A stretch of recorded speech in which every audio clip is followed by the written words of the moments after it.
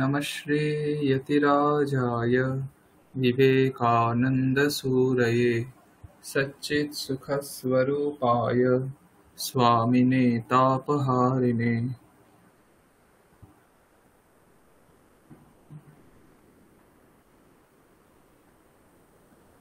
সকলকে শুভ সন্ধ্যা।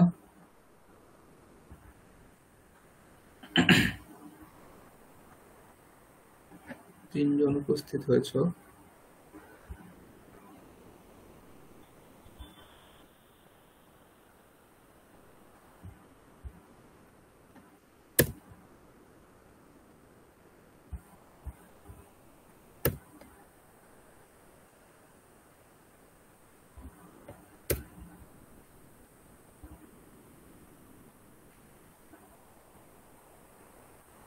অ্যাটেন্ডেন্স শিটে আমি 6 জনের নাম দেখতে পাচ্ছি। বাকি সাধনা মান্ডি, কুহেলি বিশ্বাস, চিত্রিতা মণ্ডল।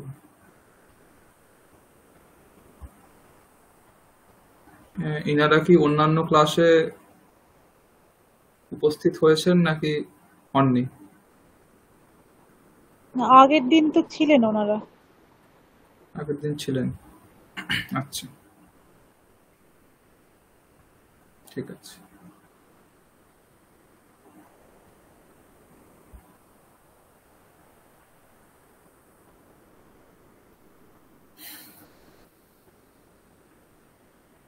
আমার কথা ক্লিয়ার শোনা যাচ্ছে তো?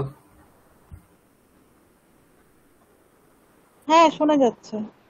ঠিক আছে। আচ্ছা, আপনারা যারা তিনজন উপস্থিত রয়েছেন তারা কি আপনারা সবাই কি প্রথম স্তর করে এসছেন? হ্যাঁ, প্রথম স্তর করে তারপরে আচ্ছা হ্যাঁ, প্রিলিমিনারি লেভেলটা পড়েছে। আচ্ছা ঠিক আছে।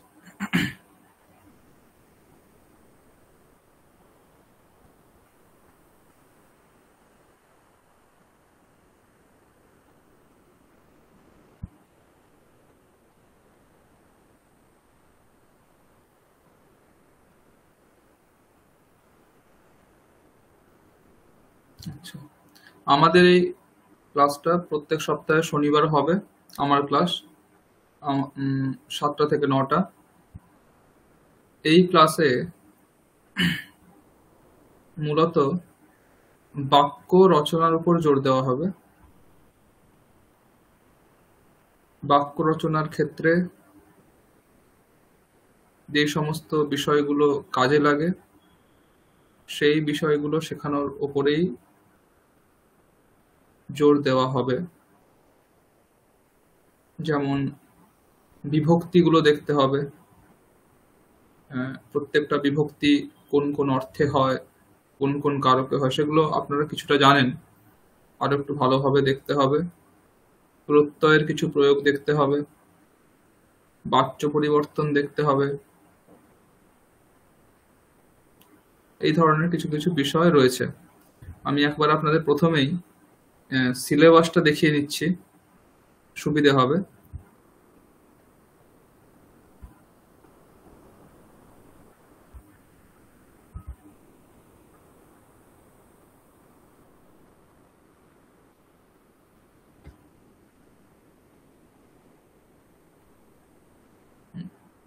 স্ক্রিন দেখা যাচ্ছে? দেখা যাচ্ছে স্যার। এটাকে একটু গ্রুপে দিয়ে দেবেন স্যার। অবশ্যই অবশ্যই।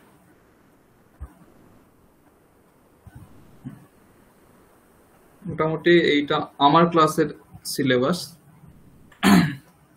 সেখানে প্রথমে আমরা আমাদের আপনারা সংস্কৃত যন্ত্র শুনেছেন? এর আগের কোর্সে কেউ বলেছে সংস্কৃত যন্ত্রের ব্যাপারে?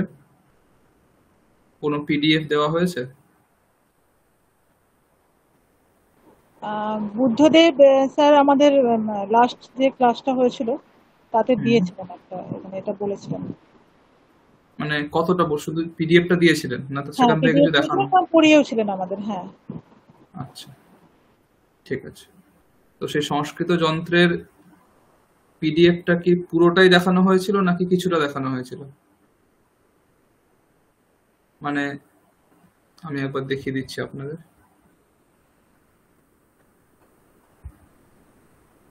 মানে সংস্কৃত যন্ত্রের পিডিএফ এ যদি দেখেন তাহলে কিছু শেষের সেকেন্ড পেজে কিছু শব্দের অনেকগুলো শব্দ ছিল, একটি তালিকা ছিল, সেখানে অনেক শব্দ ছিল, অনেক ধাতুরূপ ছিল।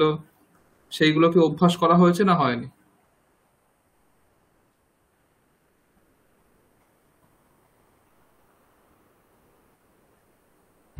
আমি দেখাচ্ছি।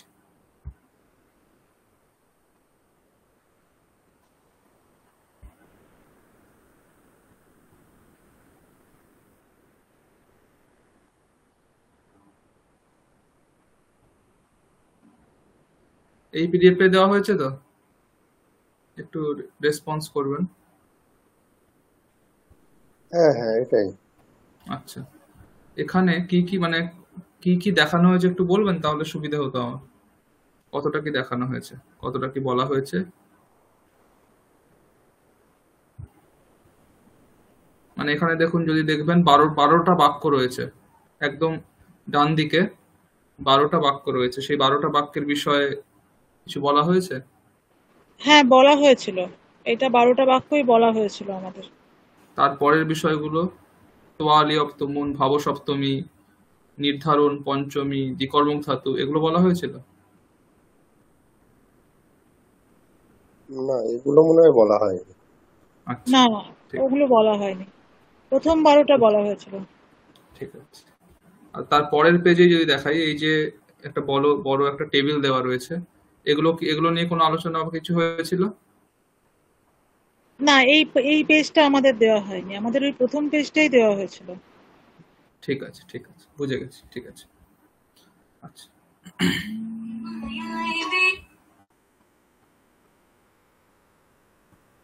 1 মিনিট একটু ধরবেন।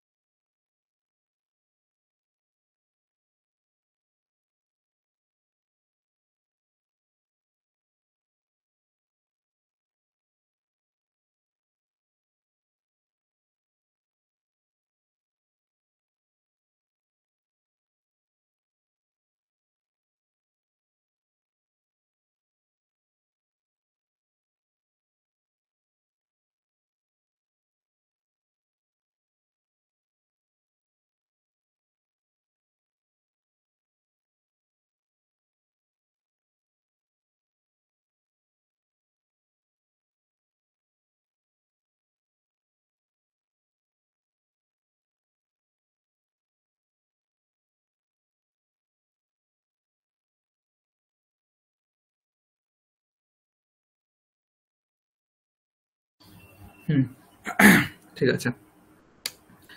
আচ্ছা, এটা হলো।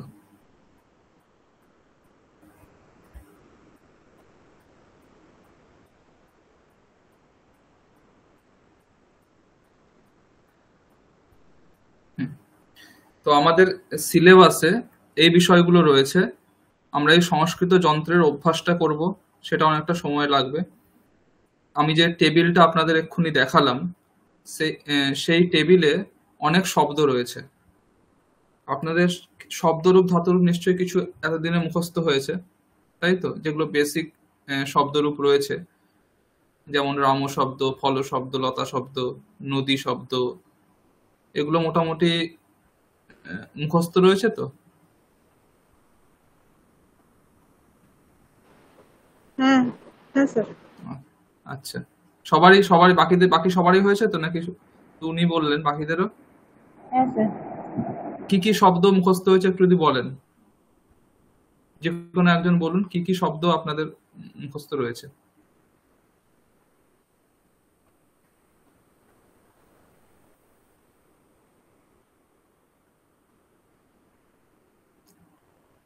ভোলানাথ বাবু বলুন, আপনি বলুন। হ্যাঁ, রাম, কলম, নদী, আবার এতৎ তৎ। আচ্ছা, হ্যাঁ, এইগুলো। লতা, লতা, হ্যাঁ, লতা। মোটামুটি মুখস্থ রয়েছে। বাকিদেরও কি এইগুলোই, নাকি আরো এক্সট্রা কিছু মুখস্থ রয়েছে? এইগুলোই। মোটামুটি এইগুলোই। আচ্ছা, ঠিক আছে, ঠিক আছে, বুঝেছি। ঠিক আছে, আমরা এই সংস্কৃত যন্ত্রের যখন অভ্যাস করব, তখন সেখানে আমরা আরো অনেক, প্রায় 20-30টা শব্দ আমরা মুখস্থ করতে হবে। দেখুন, এটা দরকার, কারণ মনে হতে পারে কঠিন, কিন্তু এটা দরকার। কারণ যদি আপনি শব্দ না জানেন, তাহলে আপনি হাজার ব্যাকরণ জানলেও বাক্য প্রয়োগ করতে পারবেন না। এটা স্বাভাবিক ব্যাপার, যে কোনো ভাষাতেই তাই। আমরা ইংরেজি যদিও জানি, ইংরেজিতে জানি যে কি নিয়ম কি আছে, কিন্তু যার ভোকাবুলারি ঠিক নেই, সে কখনোই ইংরেজি ভাষা প্রয়োগ করতে পারবে না। তাই সংস্কৃত ভাষা ব্যাকরণ তো আপনারা মোটামুটি জেনেই যাবেন, খুব একটা বিশাল বিশাল কিছু নয়, মানে প্রয়োগ করার জন্য খুব একটা কঠিন কিছু নয়। কিন্তু সেটা প্রয়োগ করার জন্য, বিভিন্ন বিভিন্ন বাক্য লেখার জন্য, কিছু অনুবন্ধ লেখার জন্য, যা খুশি লেখার জন্য, পড়ার জন্য আপনাদের ওই ভোকাবুলারিটা বাড়াতে হবে। ভোকাবুলারি, সংস্কৃত ভোকাবুলারি মানে শব্দরূপ এবং ধাতুরূপ। তাই মোটামুটি 18টা 20টা মতো বেসিক শব্দরূপ রয়েছে, আর কিছু ধাতুরূপ তো রয়েছে, পরস্মৈ পদে, আত্মনে পদে। সেইগুলো মোটামুটি আপনাদের মুখস্থ করতে হবে। সেটা আমি প্রত্যেক দিনই প্রায় কিছু শব্দরূপ আপনাদের হোমওয়ার্ক হিসেবে মুখস্থ করতে দেব, এবং সেটা পরের দিন ক্লাসে জিজ্ঞাসা করব। সেটা আপনাদের সকলকেই করে আনতে হবে, ঠিক আছে? এটা একটা বিষয়। তো সংস্কৃত যন্ত্রের অভ্যাসের মধ্যে এটা একটা আসছে, সেখানে আমরা প্রত্যেকটা বিভক্তির অভ্যাস করব। মানে প্রথমা থেকে শুরু করে সপ্তমী অবধি প্রত্যেকটা বিভক্তির অভ্যাস করব।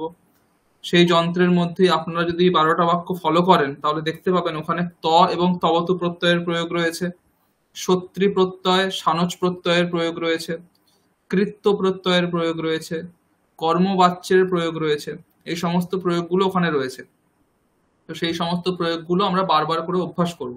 অভ্যাস করলে ওই জিনিসটা ভালো হবে, আর সেখানে আমরা নতুন নতুন কিছু দেখব। এটা একটা বিষয়। দ্বিতীয় আমরা যে বিষয়টা দেখব সেটা হচ্ছে ভাবসপ্তমীর প্রয়োগ। ভাবসপ্তমী বলে একটা জিনিস সংস্কৃত ব্যাকরণে হয়, সেই প্রয়োগটা আমরা এই ক্লাসে দেখব। তারপরে নিযন্ত প্রত্যয়ের প্রয়োগ দেখব, এবং সেই প্রয়োগে বাচ্য পরিবর্তন দেখব। দ্বিকর্মক ধাতুর প্রয়োগ দেখব, সেইখানে বাচ্য পরিবর্তন দেখব। নির্ধারণ, হেতু অর্থে পঞ্চমী, তারপরে দেখুন তোয়া, লিয়প, তুমুন, এগুলো অলরেডি আপনাদের অন্যান্য স্যাররাও পড়াবেন, এখানে আলাদা করে নতুন করে কিছু পড়ানো হবে না, কিন্তু এগুলোর প্রয়োগ দেখা হবে, ঠিক আছে?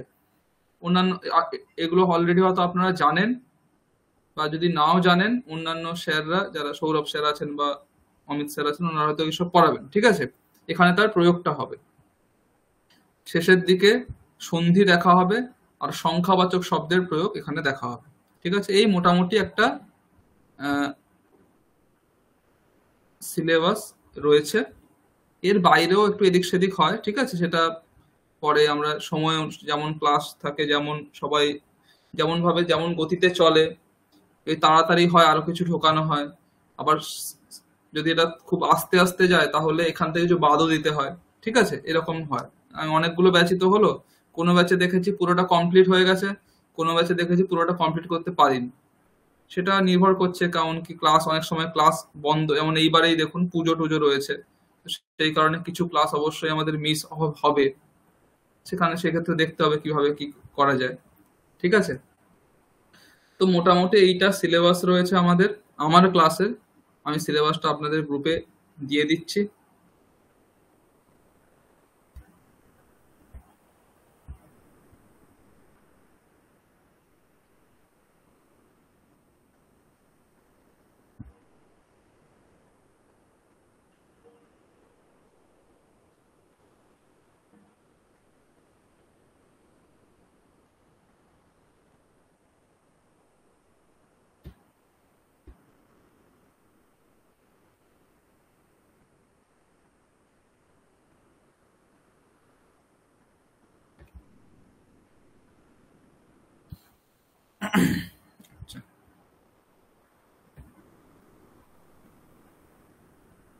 সিলেবাস যেটা বললাম, সেটা নিয়ে কারোর কি কোনো প্রশ্ন রয়েছে? যদি প্রশ্ন থাকে বলতে পারেন।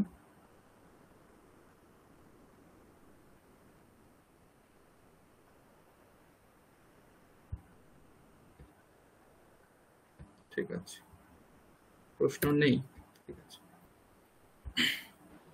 স্যার এই 2 নম্বর পয়েন্টে যেটা আছে এটা হুম।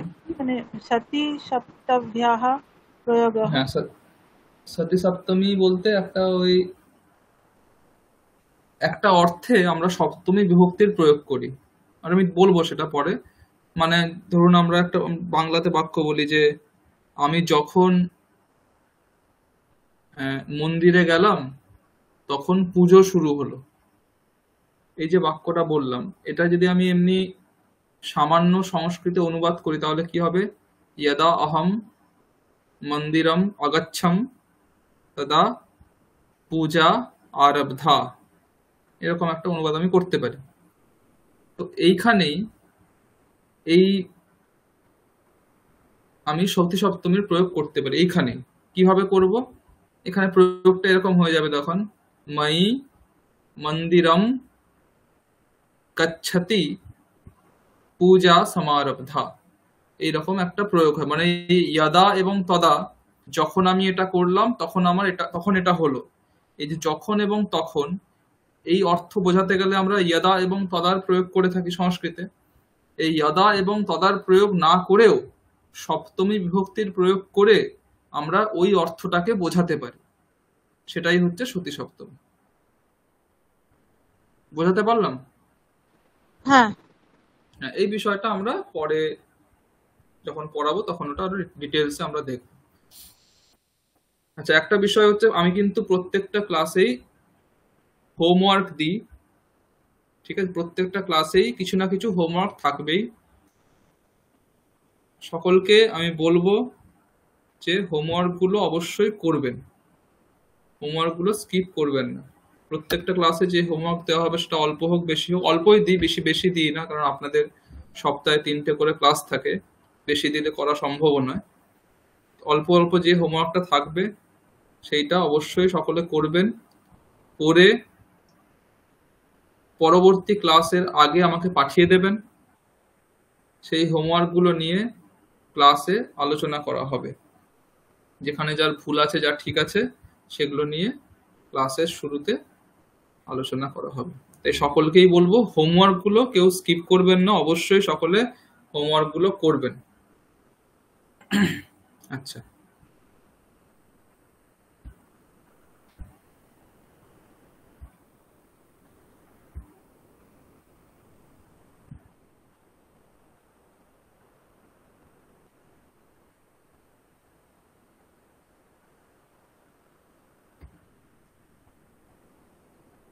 পিডিএফটা শেয়ার করলাম, সবাই দেখতে পাচ্ছেন? হ্যাঁ স্যার। হ্যাঁ। ঠিক আছে। দেখুন পিডিএফ এর শুরুতেই এই পিডিএফটা সকলের কাছে রয়েছে তো, নাকি আবার একবার শেয়ার করে দেবো মানে গ্রুপে?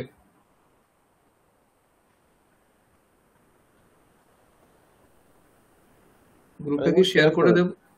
শেয়ার করে দেবো, ঠিক আছে।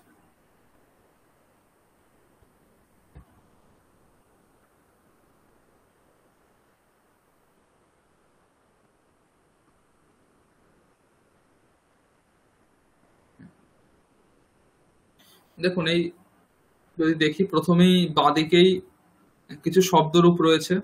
রামঃ রামৌ রামাহ শব্দরূপ আপনারা সকলে জানেন, ঠিক আছে। এই শব্দরূপটা খুব মানে প্রথমেই এটাই সবাই আমরা ক্লাস 7-8-এও এই শব্দরূপ সকলে শিখেছি, রামহর জায়গায় নরহ শিখেছি। তো যাই হোক, এবার এখানে একটা বিষয় বলার, সেটা হচ্ছে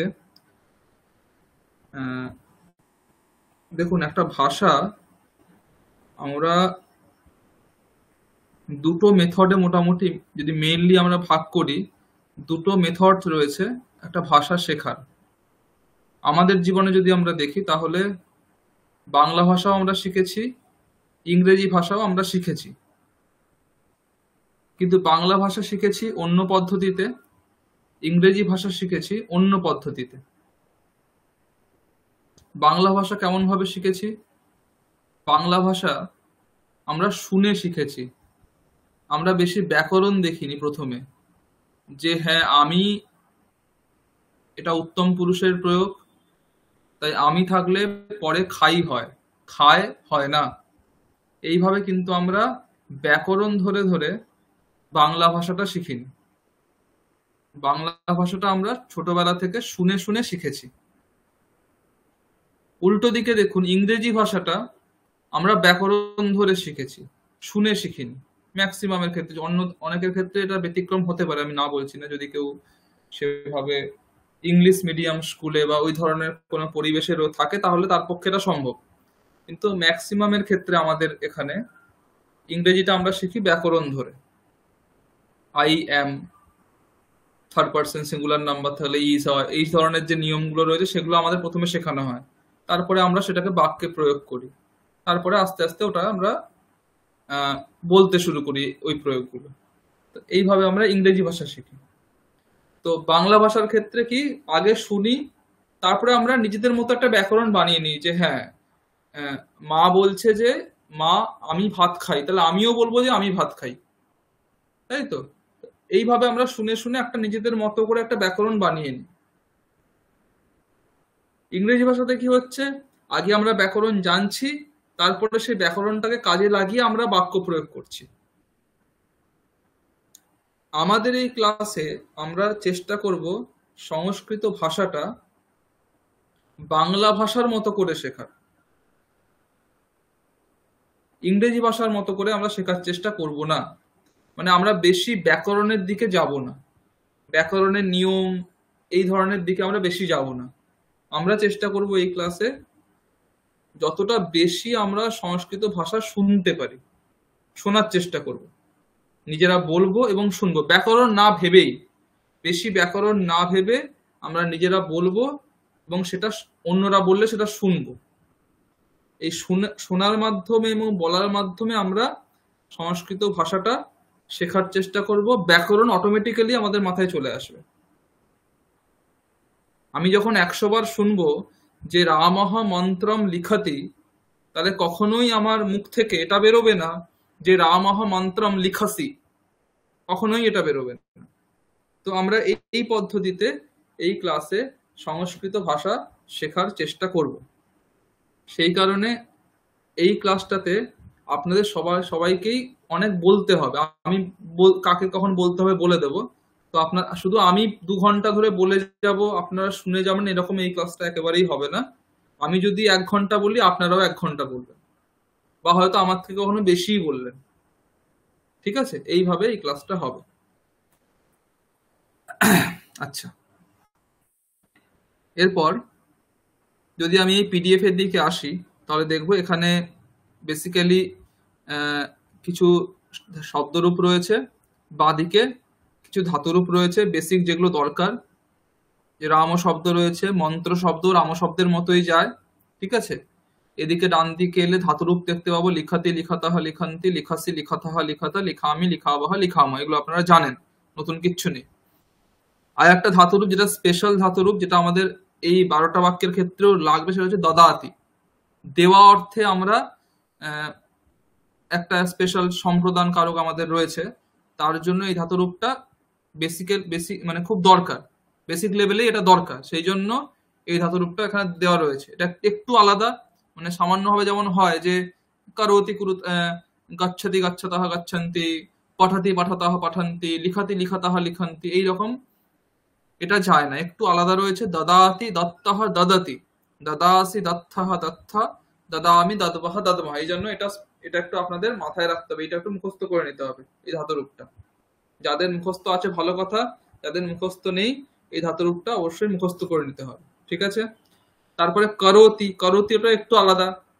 করতি কুরুতাহা কুরবন্তি, করোষি কুরুথাহা কুরুথা, করোমি কুরুবাহা কুরুমহ। এই ক্রি ধাতুটা খুব কাজে লাগে, সব জায়গাতে কাজে লাগাতে পারেন আপনি ক্রি ধাতু। ক্রি ধাতুটা একদম খুবই দরকারি একটা ধাতু, তাই জন্য এটাও মুখস্থ করতে হবে। এই জন্য এইগুলো এখানে দেওয়া রয়েছে, যেগুলো আমাদের লাগবেই, এগুলো ছাড়া আমাদের কাজ কোনোভাবে চলতেই পারে না সংস্কৃত ভাষা বলার ক্ষেত্রে বা লেখার ক্ষেত্রে। সেই ধাতু রূপগুলো এখানে দেওয়া রয়েছে, তাই এগুলো আপনাদের মুখস্থ করতেই হবে প্রথমেই, ঠিক আছে? কারোতি কুরুতাহা কুরবন্তি, এটা করতে হবে। তারপরেই দেখুন অস্তিস্তাহা সন্তি, অসিস্থাহা স্থা, অস্মিস স্বাহা স্মহা রয়েছে, এটাও আপনাদের মুখস্থ করতে হবে। তারপরে দেখুন নিচে রয়েছে লিখ্যাতে, লিখ্যেতে, লিখ্যন্তে, লিখ্যাসে, লিখ্যেথে, লিখ্যাতে, লিখিয়ে, লিখ্যাওয়াহে, লিখ্যাম। এটা হচ্ছে কর্মণি বাচ্চে যে আমাদের প্রয়োগ করতে হয়, যখন মন্ত্রাহা লিখ্যাতে রামেণ, যখন আমি বাচ্য পরিবর্তন করছি, কর্তৃবাচ্যের জায়গাতে যখন কর্মবাচ্য করছি, তখন আমাদের এই রূপটা কাজে লাগে। এটা হচ্ছে আত্মনেপদী রূপ আমরা বলতে পারি, তাই তো? লিখ্যাতে, লিখ্যেতে, লিখ্যন্তে। তো এই রূপটাও আমাদের মোটামুটি মুখস্থ করে নিতে হবে। এই যে ধাতুরূপগুলো আমাদের এই পেজে রয়েছে, লিখতি, দদাতি, করোতি, অস্তি, লিখ্যাতে, এই 5টা ধাতুরূপ আমাদের কিন্তু প্রথমেই মুখস্থ করে নিতে হবে। যদি মুখস্থ থাকে খুব ভালো কথা, যাদের মুখস্থ নেই, হয়তো 2টো আছে 3টে নেই, 4টে আছে 1টা নেই, যেগুলো বাকি আছে সেগুলো প্রথমেই আমাদের মুখস্থ করে নিতে হবে, ঠিক আছে? এইগুলো আছে। আর এদিকে আমাদের যদি আমি বাঁ দিকে চলে আসি, তাহলে সেখানে এই লিখন লিখান্ত এগুলো আমি পরে আসছি, এগুলো পরে পড়ার সময় আসছি, এখন বলছি না এগুলো নিয়ে, ঠিক আছে? এবার আপনারা অলরেডি বললেন যে আপনাদের এই 12টি বাক্য বুদ্ধদেব স্যার ক্লাসে আলোচনা করেছেন, খুব ভালো। তো আমি জাস্ট একবার ওইটা রিভিশন করে নিই, কি কতটা কি হয়েছে একবার দেখে নিই। যদি বলি রামহ লিখতি মন্ত্রম, এই বাক্যটা আমাকে একটু বোঝান যে এই বাক্যে রামহ এটা কি, লিখতি এটা কি, মন্ত্রম এটা কি, আমাকে কোনো একজন বোঝান এই বাক্যে কি কি রয়েছে।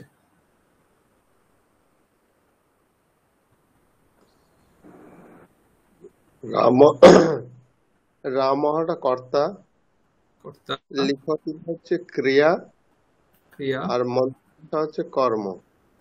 আচ্ছা ঠিক আছে। আপনি কারকগুলো বললেন, রাম হচ্ছে কর্তৃকারক, লিখতি ক্রিয়াপদ, আর মন্ত্রম হচ্ছে কর্মকারক, খুব ভালো।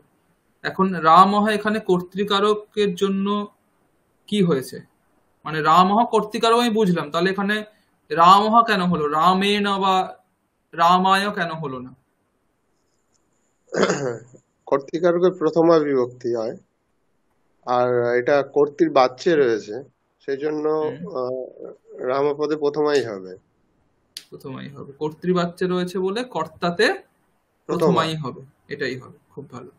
আর মন্ত্রম এটা কর্ম, হ্যাঁ, কর্তৃবাচ্য আছে, তাই তাই এটা দ্বিতীয়া বিভক্তি। তাই দ্বিতীয় হবে, খুব ভালো। দেখুন এইখানে আমি একটা বেসিক আপনাদের নিয়ম বলে দিচ্ছি, সেটা মাথায় রাখবেন, এটা প্রত্যেকটা বাক্যের ক্ষেত্রে কাজে লাগবে। সংস্কৃতে 2টো বিষয় রয়েছে, উক্ত এবং অনুক্ত, ঠিক আছে? উক্ত এবং অনুক্ত। আচ্ছা, এখন উক্ত আমাদের কটা কারক রয়েছে? 6টা কারক রয়েছে, তাই তো? কর্তৃকারক, কর্মকারক, করণকারক, সম্প্রদান কারক, অপাদান কারক, অধিকরণ কারক। 6টা কারক রয়েছে। এই 6টা কারকের জন্য বিভক্তি কটা রয়েছে? মোট 7টা বিভক্তি রয়েছে, তাই তো? প্রথমা, দ্বিতীয়া, তৃতীয়া, চতুর্থী, পঞ্চমী, ষষ্ঠী, সপ্তমী। 7টা বিভক্তি, 6টা কারক, এই রয়েছে শব্দের ক্ষেত্রে। এখন এখানে একটা বেসিক নিয়ম বলে দিচ্ছি, সেটা হচ্ছে প্রত্যেকটা কারকের জন্য আলাদা আলাদা বিভক্তি ব্যাকরণে বলা রয়েছে, ঠিক আছে? যেমন আমি যদি বলি কর্তার কোন বিভক্তি, কর্তার কোন বিভক্তি যদি বলি, তাহলে কোন বিভক্তি বলবেন? প্রথমা। না, কর্তার বিভক্তি হচ্ছে তৃতীয়া। এটাই একটা ভুল কনসেপ্ট সবার মাথার মধ্যে আছে। অনুক্ত কর্তার বিভক্তি তৃতীয়া, হ্যাঁ। অনুক্ত অর্থেই কিন্তু প্রত্যেকটা কারকের জন্য আলাদা আলাদা বিভক্তি। উক্ত অর্থে কিন্তু সবার জন্য একটাই বিভক্তি, সেটা হচ্ছে প্রথমা। এখন যদি আপনি ধরুন কর্তা উক্ত হচ্ছে, সেখানেও প্রথমা হবে। কর্ম উক্ত হচ্ছে, সেখানেও প্রথমা হবে। করণ উক্ত হচ্ছে, সেখানেও প্রথমা হবে। সম্প্রদান উক্ত হচ্ছে, সেখানেও প্রথমা হবে। অপাদান উক্ত হলেও প্রথমা হবে, অধিকরণ উক্ত হলেও প্রথমা হবে। 6টা কারকের যে কোনো কারক উক্ত হওয়া মানে সেটা প্রথমাই হবে, ঠিক আছে? উক্ত অর্থে উক্ত হলে প্রত্যেকটা কারকেই একটাই বিভক্তি, প্রথমা বিভক্তি। তাহলে উক্তের জন্য একটা বিভক্তি প্রথমা, উক্ত মাত্রে প্রথমা, ঠিক আছে? অনুক্ত হলে কারকগুলোর জন্য আলাদা আলাদা বিভক্তি নির্ধারিত করা রয়েছে। যেমন কর্তা অনুক্ত হলে কোন বিভক্তি হচ্ছে? তৃতীয়া হচ্ছে। ওই জন্য কর্মবাচ্যে আপনি কর্তায় করছেন মন্ত্রাহ লিখ্যাতে রামেণ, সেখানে কর্তা অনুক্ত হয়ে যাচ্ছে। উক্ত কে থাকছে কর্মবাচ্যে, উক্ত কে হয়? মন্ত্র হয়, কর্ম হয়, কিন্তু কর্মে প্রথমা হয়ে গেছে। বোঝা গেছে? তাহলে অনুক্ত কর্তায় তৃতীয়া হয়। অনুক্ত কর্মে কি হয়?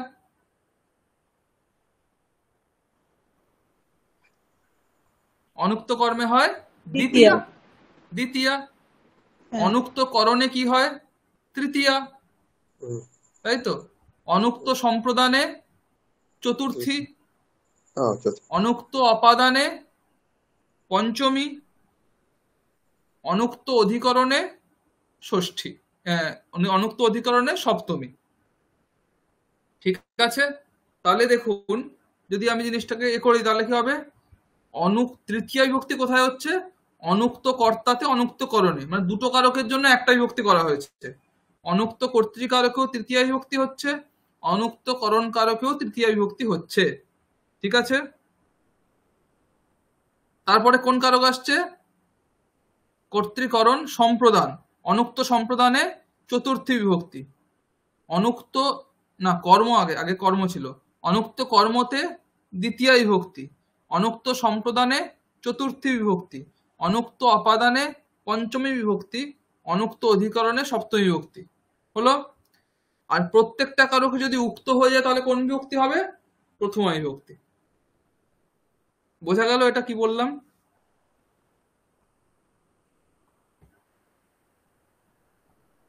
হ্যাঁ স্যার। আচ্ছা, তো এই জিনিসটা সকলে মাথায় রাখবেন, যেটা বললাম। মানে উক্ত হলে প্রথমা সব কারকের ক্ষেত্রে, আর হ্যাঁ, অনুক্ত হলে যে কারকের যে বিভক্তিগুলো হয় যেমন সেগুলোই তো হবে। সেইগুলোই হবে, যে কারকের যে বিভক্তি আপনারা জানেন সেগুলোই হবে। একটা জায়গাতে আমরা ভুল করি, সেটা খুব, সেই জায়গাটা হচ্ছে আমরা কর্তৃকারকে বলি প্রথমা বিভক্তি হয়, এটাই একটা ভুল। বাকি মোটামুটি সবাই ঠিকই জানি। এই একটা মিসকনসেপশন রয়েছে যে কর্তৃকারক মানে প্রথমা বিভক্তি নয়, কর্তৃকারক মানে তৃতীয় বিভক্তি। কর্তৃকারক উক্ত হলে হয় প্রথমা বিভক্তি। এইটা আপনাদের একটু বুঝে নিতে হবে, ঠিক আছে? তো এই বিষয়টা সকলে মাথায় রাখবেন যখন এইগুলো ভাবছেন, ঠিক আছে? তাহলে এখন যদি আমি এখন এখন দেখুন আরো বিশিষ্ট আরো ক্লিয়ার হয়ে গেল বিষয়টা। রামঃ লিখতি মন্ত্রম, এখানে কি আছে?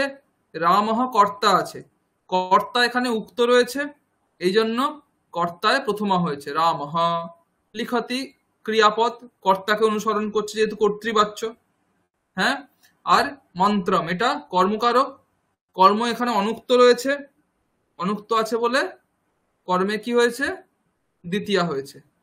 ঠিক আছে, এখন উক্ত অনুক্ত এই বিষয়টা যে বলছি, কার দ্বারা উক্ত কার দ্বারা অনুক্ত, তাহলে কি বলবেন তখন? ক্রিয়াপদ, ক্রিয়াপদের দ্বারা উক্ত হয়, ক্রিয়াপদের দ্বারা অনুক্ত হয়। ঠিক আছে, এখন লিখতি এই ক্রিয়াপদটা কাকে বলছে? মন্ত্রমকে বলছে নাকি রামহকে বলছে? মানে কাকে অনুসরণ করছে এটা বুঝতে হবে। লিখতি এই ক্রিয়াপদটা রামঃ লিখতি মন্ত্রম, এই যে বাক্যটা রয়েছে এই বাক্যটিতে লিখতি এই ক্রিয়াপদটা কাকে ফলো করছে? রামঃ একে নাকি মন্ত্রম একে? রামহকে। রামহকে। কারণ আপনি ভাবুন, যদি আমি এখানে মন্ত্রমের জায়গায় মন্ত্রও করে দিই, তাহলে কি লিখতি এখানে কোনো পরিবর্তন হবে? আমি যদি বলি রামঃ লিখতি মন্ত্রও, তাহলে কি কোনো এ বাক্যটা কোনো ভুল হলো? বাক্যতে কোনো ভুল আছে? কোনো ভুল নেই, তাই তো? তাহলে মন্ত্রমের জায়গায় মন্ত্র করে দিতে পারি, আমি মন্ত্রাণ করে দিতে পারি, লিখতি কিন্তু লিখতির মতোই থাকবে। তাহলে কর্মের সাথে লিখতির কিন্তু কোনো সম্বন্ধই আসছে না। কিন্তু ধরুন যদি আমি রামহর জায়গায় রামও করে দিই, তাহলে কি আর লিখতি রাখা যাবে? না। কি করতে হবে তখন? রামও করলে দিলে লিখতহ করতে হবে, তাই ক্রিয়াপদ। তো? তাহলে কর্তার সাথে ক্রিয়াপদের এখানে সম্বন্ধ রয়েছে। ক্রিয়াপদ কি হবে সেটা নির্ভর করছে কর্তার উপরে। তাই এখানে ক্রিয়াপদের দ্বারা কর্তা উক্ত হয়েছে, কর্ম কিন্তু ক্রিয়াপদের দ্বারা অনুক্ত রয়েছে, এই জন্য বলা হচ্ছে। তাহলে উক্ত অনুক্ত কেন বলা হচ্ছে, কনসেপ্টটা ক্লিয়ার হয়েছে? মানে স্যার ক্রিয়াপদ যাকে অনুসরণ করবে সেইটি হ্যাঁ হ্যাঁ হ্যাঁ, তাকে আপনি উক্ত বলবেন, আচ্ছা। সোজা বাংলাতে তাহলে তো তাই। এই যে বাক্যটা হচ্ছে রামহ লিখতি মন্ত্রম, এখানে তো উক্ত কর্তা আছে, সেই জন্য প্রথমা হচ্ছে। এক্ষেত্রে তো প্রথমা স্যার হচ্ছে ওই যে রামহ, এটা তো মানে কর্তৃকারকই হচ্ছে। কর্তৃকারকী, কর্তৃকারকী, তাহলে তো স্যার কর্তৃকারক কর্তৃকারকে, উক্ত, হ্যাঁ মানে কর্তৃকারক উক্ত হলে তখন প্রথমা হয়। প্রথমা হবে। হ্যাঁ, আচ্ছা। ঠিক। এখন যদি আমি এই বাক্যটা বলি, যদি মন্ত্রঃ লিখ্যতে রামেণ, রামঃ লিখতি মন্ত্রম, এই বাক্যের যা অর্থ, মন্ত্রঃ লিখ্যতে রামেণ এই বাক্যেরও সেই অর্থ, কিন্তু একই অর্থ, তাই তো? রামঃ লিখতি মন্ত্র মানে রাম মন্ত্র লিখছে, মন্ত্র লিখ্যতে রামেণ মানে ওই রাম মন্ত্র লিখছে, একই অর্থ। কিন্তু বাক্যটা দেখতে আলাদা হয়ে গেল। কেন হয়ে গেল? না, প্রথম বাক্যে রামঃ লিখতি মন্ত্রম, এখানে লিখতি এই ক্রিয়াপদটা কর্তাকে অনুসরণ করছিল বা কর্তাকে উক্ত করছিল। মন্ত্রঃ লিখ্যতে রামেণ এই বাক্যে লিখ্যতে এই ক্রিয়াপদটা কর্মকে উক্ত করছে, কর্মকে অনুসরণ করছে। মন্ত্রঃ লিখ্যতে রামেণ, এই জন্য এখানে কর্ম উক্ত হয়ে গেল, কর্মে প্রথমা হয়ে গেল, রামেণ এটা কিন্তু তৃতীয়া হয়ে গেল। অনুক্ত কর্তায় কোন বিভক্তি হয়? তৃতীয়া বিভক্তি হয়, তৃতীয়া হয়ে গেল। বোঝা গেছে? হ্যাঁ হ্যাঁ। হ্যাঁ, সকলে বুঝতে পেরেছেন? কারোর কোনো ডাউট থাকলে জিজ্ঞাসা করুন।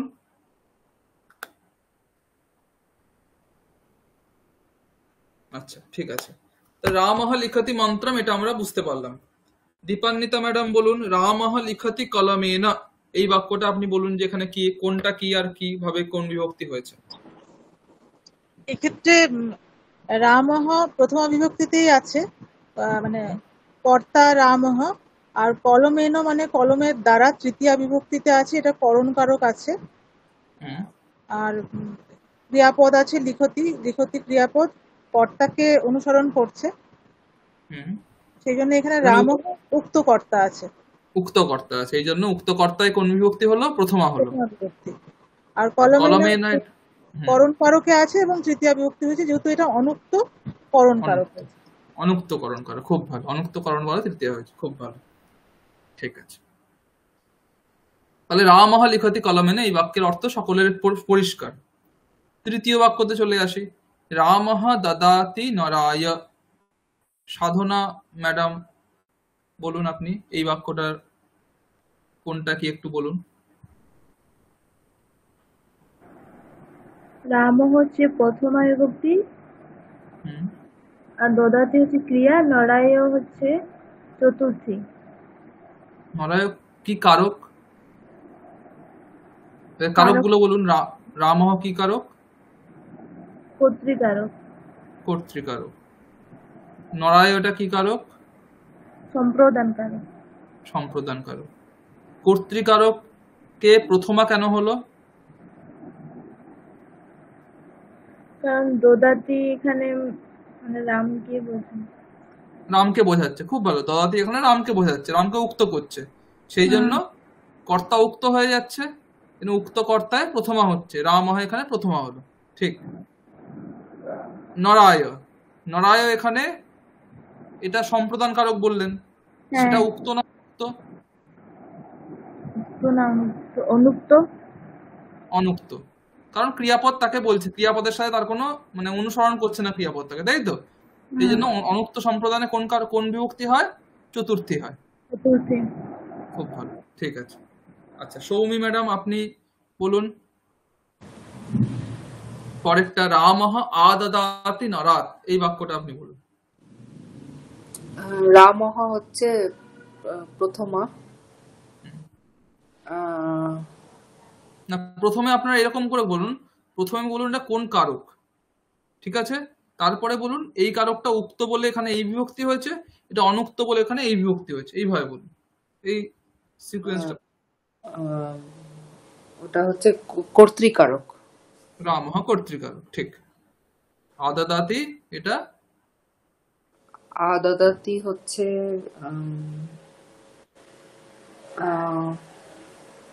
অপাদান। ক্রিয়াপদ।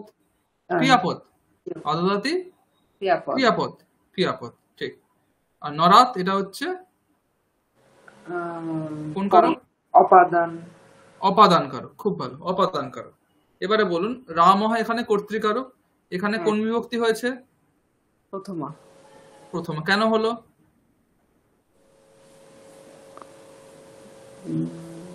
এখানে রামঃ এটা উক্ত না অনুক্ত? উক্ত। উক্ত। কেন উক্ত? কারণ আদদাতি এই ক্রিয়াপদটা রামকে অনুসরণ করছে, রামের কথা বলছে, তাই তো? রামকে বলছে, তাই তো? ক্রিয়াপদের দ্বারা উক্ত মানে কি? উক্ত মানে বলা হয়েছে। উক্ত কথাটা যদি বাংলা করি, বলা হয়েছে। ক্রিয়াপদের দ্বারা রামকে বলা হচ্ছে, রাম হচ্ছে উক্ত, তাই তো? উক্ত কর্তায় কোন বিভক্তি হয়? উক্ত কর্তায় হয় প্রথমা। প্রথমা বিভক্তি, খুব ভালো। নরাত এখানে আপনি বললেন অপাদান কারক, এটা উক্ত না অনুক্ত?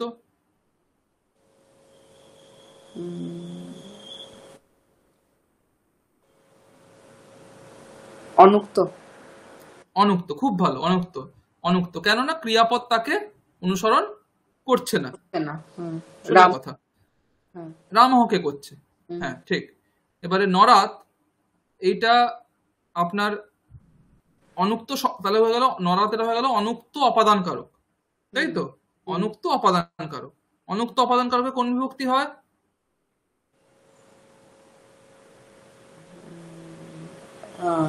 পঞ্চমী। পঞ্চমী, খুব ভালো। এই জন্য নরাত এখানে পঞ্চমী বিভক্তি হয়েছে, ঠিক আছে? তাহলে সকলে এই বিষয়টা ক্লিয়ার তো? এই যে বিষয়টা হলো এতক্ষণ ধরে, কোনটা উক্ত কোনটা অনুক্ত, উক্ত হলে কোন বিভক্তি হচ্ছে, অনুক্ত হলে কোন বিভক্তি হচ্ছে, কেন উক্ত হচ্ছে, এই যে জিনিসটা এতক্ষণ ধরে বলা হলো, এটা সকলের পরিষ্কার? খুব ভালো, ঠিক আছে। তাহলে আমরা পরবর্তী বিষয়ে যাই, পরের বাক্যতে যাই। পরের বাক্য কি রয়েছে? রামঃ লেখনম করোতি মন্ত্রস্য। হ্যাঁ, রামঃ লেখনম করোতি মন্ত্রস্য। এখানে এই বাক্যটা ব্যাখ্যা করুন ভোলানাথ বাবু। এখানে রামঃ উক্ত অর্থে প্রথমা, অর্থাৎ কর্তৃকারক। কর্তৃকারক। লিখতি এই ক্রিয়া রামকে অনুসরণ করছে, ক্রিয়াপদটি। লিখতি, এখানে তো না, লিখতি ক্রিয়াপদই নেই, এখানে ক্রিয়াপদ কি রয়েছে? আমি অন্য একটা দেখছিলাম, সরি। না, হ্যাঁ, এটা দেখুন, করতি। 5 নম্বরটা দেখুন। আচ্ছা আচ্ছা, করতি এই ক্রিয়াপদটা রামকেই হুম, অনুসরণ করছে। রামকে অনুসরণ সেজন্য করছে, রাম ঠিক। উক্ত অর্থে প্রথমা কর্তৃকারক। প্রথম কর্তৃকারক। আর লেখনম এটা দ্বিতীয়া হয়েছে, দ্বিতীয় হয়েছে। দ্বিতীয়া বিভক্তি অনুক্ত অর্থে, আচ্ছা। কারণ ক্রিয়াপদ একে অনুসরণ করছে না। হুম। আর আর মন্ত্র এটা ষষ্ঠী বিভক্তি হয়েছে। আচ্ছা, লেখনম এটা কোন কারক? দ্বিতীয়া দ্বিতীয় বিভক্তি, কারক কর্মকারক। কর্মকারক। মন্ত্রস্য এটা কোন কারক? ষষ্ঠী ষষ্ঠী বিভক্তি, কোন ষষ্ঠী কারক? কারক তো নেই, বিভক্তি। হুম, না, কারক আছে। মন্ত্রস্য এটা হচ্ছে কর্মকারক। আমি এটা এবারে ব্যাখ্যা করছি, ঠিক আছে? এখানে এই জিনিসটা একটু ক্রিটিক্যাল রয়েছে, মানে এমনি এতক্ষণ ধরে 4টা বাক্য এটা ইজি ছিল, এটা একটু অন্যরকম, তাই তো?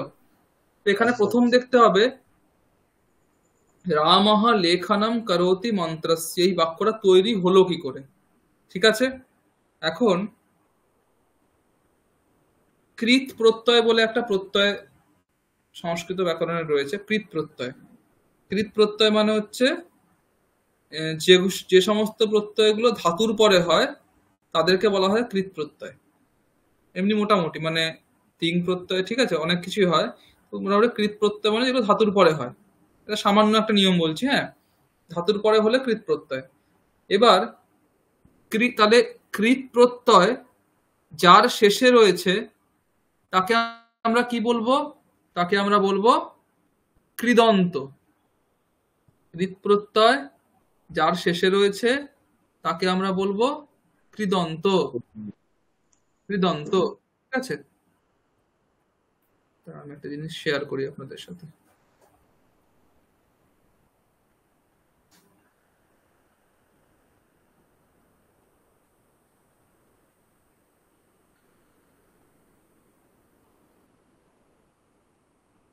একটু ওয়েট করুন।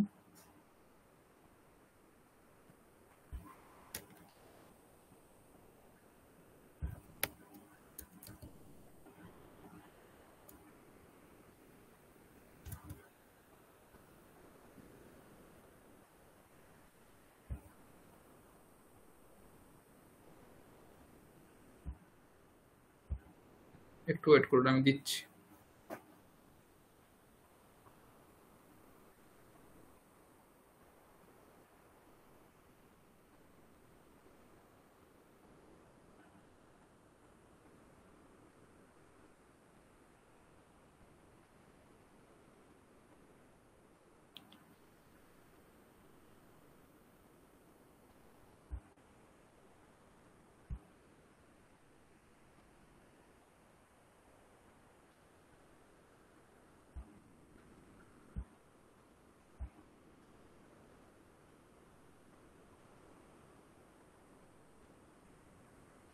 সকলে দেখতে পাচ্ছেন স্ক্রিন?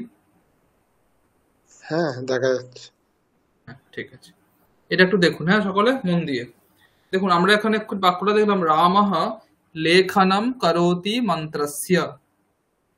এখানে দেখুন, রামঃ এটাও আমরা জানি, করোতি এটাও বুঝতে পারছি, রামঃ করোতি মন্ত্রস্য, ঠিক আছে। লেখনম এই শব্দটা কি করে তৈরি হলো হঠাৎ করে? রামঃ এটা তো একটা শব্দ, রাম শব্দ, করোতি এটা ত্রিধাতুর রূপ করোতি, মন্ত্রস্য মন্ত্র শব্দের রূপ মন্ত্রস্য। লেখনম এই শব্দটা কি করে তৈরি হলো সেটা একটু দেখতে হবে, ঠিক আছে? দেখুন, আমি দেখতে পাবেন এখানে লেখা আছে লেখনম এইটা লিক ধাতুর সাথে লিউট প্রত্যয় করে তৈরি হয়েছে, ঠিক আছে? লিক ধাতুর সাথে লিউট প্রত্যয় করে তৈরি হয়েছে।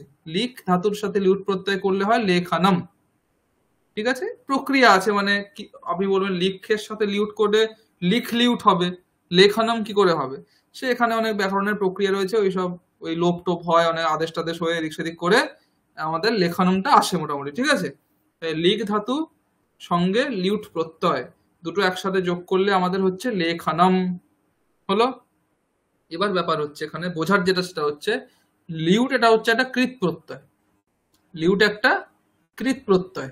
ঠিক আছে, তাহলে এখন লেখনম এইটাকে কৃদন্ত শব্দ বলা যাবে কি যাবে না? কৃত প্রত্যয়ান্ত শব্দ বলা যাবে কি যাবে না? লেখনম এই একে কৃত প্রত্যয়ান্ত শব্দ বলা যাবে, হ্যাঁ কি না? হ্যাঁ, যাবে। যাবে। কেন না? লিউট এটা হচ্ছে কৃত প্রত্যয়, লেখনম এর শেষে লিউট প্রত্যয় রয়েছে, তাই তো? তাহলে লিউট প্রত্যয়ান্ত শব্দ লেখনম, লিউট প্রত্যয় একটা কৃত প্রত্যয়, তাহলে কৃত প্রত্যয়ান্ত শব্দ হচ্ছে লেখনম। বোঝা গেছে? লেখনম একটা কৃত প্রত্যয়ান্ত শব্দ। ঠিক আছে, এবারে নিয়ম যেটা আছে সেটা দেখুন বাংলায় লেখা রয়েছে, কৃত প্রত্যয়ান্ত শব্দের প্রয়োগ থাকলে কর্মকারকে ষষ্ঠী বিভক্তি হয়। কৃত প্রত্যয়ান্ত শব্দ থাকলে কর্মকারকে ষষ্ঠী বিভক্তি হচ্ছে।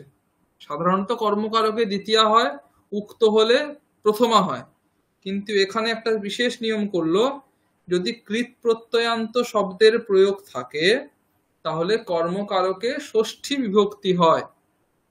ঠিক আছে, এখন দেখুন রামঃ লেখনম, রামঃ মন্ত্রস্য লেখনম করোতি, তো বাক্য রামঃ মন্ত্রস্য লেখনম করোতি। এখানে লেখনম অ্যাকচুয়ালি বাক্যটা কি ছিল? এখানে রামঃ মন্ত্রম লিখতি।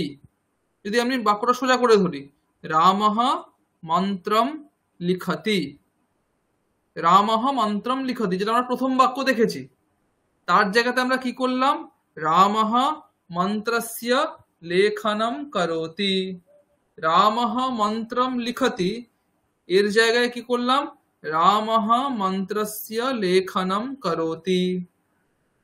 তাহলে রামঃ মন্ত্রম লিখতি, এই বাক্যে রামঃ হচ্ছে কর্তা, উক্ত কর্তা, মন্ত্রম এটা হচ্ছে অনুক্ত কর্ম, লিখতি এটা হচ্ছে ক্রিয়াপদ। ঠিক আছে, তাই উক্ত কর্তায় প্রথমা হয়েছে, অনুক্ত কর্মে দ্বিতীয়া হয়েছে, করতি ক্রিয়াপদটা কর্তাকে অনুসরণ করছে, হয়ে গেছে, এটা আমরা বুঝে গেছি। এখন এই বাক্যটা দেখুন, রামঃ মন্ত্রস্য লেখনম করোতি। এখন লিখতি ছিল আমাদের আগের বাক্যে, লিখতিটাকে আমরা ভাঙলাম লেখনম করোতি, ভাঙতেই পারি, তাই না? লিখতিকে আমরা বলতে পারি লেখনম করোতি, তাই না? হ্যাঁ, হ্যাঁ। পঠাতি, পঠাতিকে আমরা কি বলতে পারি? পঠাতিকে যদি ভাঙি, পঠনম করোতি। পঠনম করোতি। গচ্ছতি কি বলতে পারি? গমনম করোতি। গমনম করোতি। হ্যাঁ, খাদতি কি বলতে পারি? খাদনম করোতি। খাদনম করোতি। পশ্যতি কি বলতে পারি? পশ্যতিটা একটু আলাদা হবে, দর্শনম করোতি, করোতি। দর্শনম করোতি। সকলে বুঝতে পারছেন? বাকিরাও বুঝতে পারছেন তো? হ্যাঁ। হ্যাঁ, আচ্ছা, তাহলে এইভাবে ভাঙতে পারি। তো লিখতির জায়গায় আমরা করলাম লেখনম করোতি। তাহলে বাক্য কি হওয়া উচিত ছিল? রামঃ মন্ত্রম লিখতি ছিল, আমি লিখতির জায়গায় কি লিখলাম? লেখনম করোতি। তাহলে বাক্য কি হওয়া উচিত ছিল? রামঃ মন্ত্রম লেখনম করোতি, তাই তো হওয়া উচিত ছিল। রামঃ মন্ত্রম লিখতি ছিল, আমি লিখতির জায়গাতে এটাকে ভেঙে লিখলাম লেখনম করোতি। রামঃ মন্ত্রম এটা আগের মতোই থাকবে, তাহলে রামঃ মন্ত্রম লেখনম করোতি এটা হওয়া উচিত ছিল, কিন্তু কি হয়ে গেল? রামঃ মন্ত্রস্য লেখনম করোতি। সেটা কেন হলো? হঠাৎ করে দ্বিতীয়ার জায়গাতে ষষ্ঠী বিভক্তি কেন হলো? সেটার উত্তর হচ্ছে এখানে রয়েছে। কৃত প্রত্যয়ান্ত শব্দের প্রয়োগ থাকলে কর্মকারকে ষষ্ঠী বিভক্তি হয়। এখানে কৃত প্রত্যয়ান্ত শব্দ কি?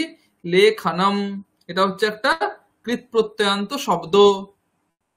কারণ লিখ ধাতুর সাথে লিউট প্রত্যয় করলে হচ্ছে লেখনম, লিউট প্রত্যয় একটা কৃত প্রত্যয়, তাহলে কৃত প্রত্যয়ান্ত শব্দ লেখনম হলো। তাহলে কৃত প্রত্যয়ান্ত শব্দের প্রয়োগ আছে, তাহলে কর্মকারক কি ছিল? মন্ত্রম, সেখানে কোন বিভক্তি হবে? ষষ্ঠী হয়ে যাবে। তাহলে মন্ত্রমের জায়গায় কি হয়ে গেল? মন্ত্রস্য। রামঃ মন্ত্রস্য লেখনম করোতি। বোঝা গেল কি বললাম? হ্যাঁ হ্যাঁ হ্যাঁ, আমি আরো কয়েকটা উদাহরণ রেখেছি, আপনারা দেখে নিন। দেখুন এটা উদাহরণগুলো, এই দেখুন এতগুলো উদাহরণ দেওয়া আছে। তারপরে কাব্যম পঠতি, ধরুন আমি একটা কর্তা লাগিয়ে দিন এখানে। ধরুন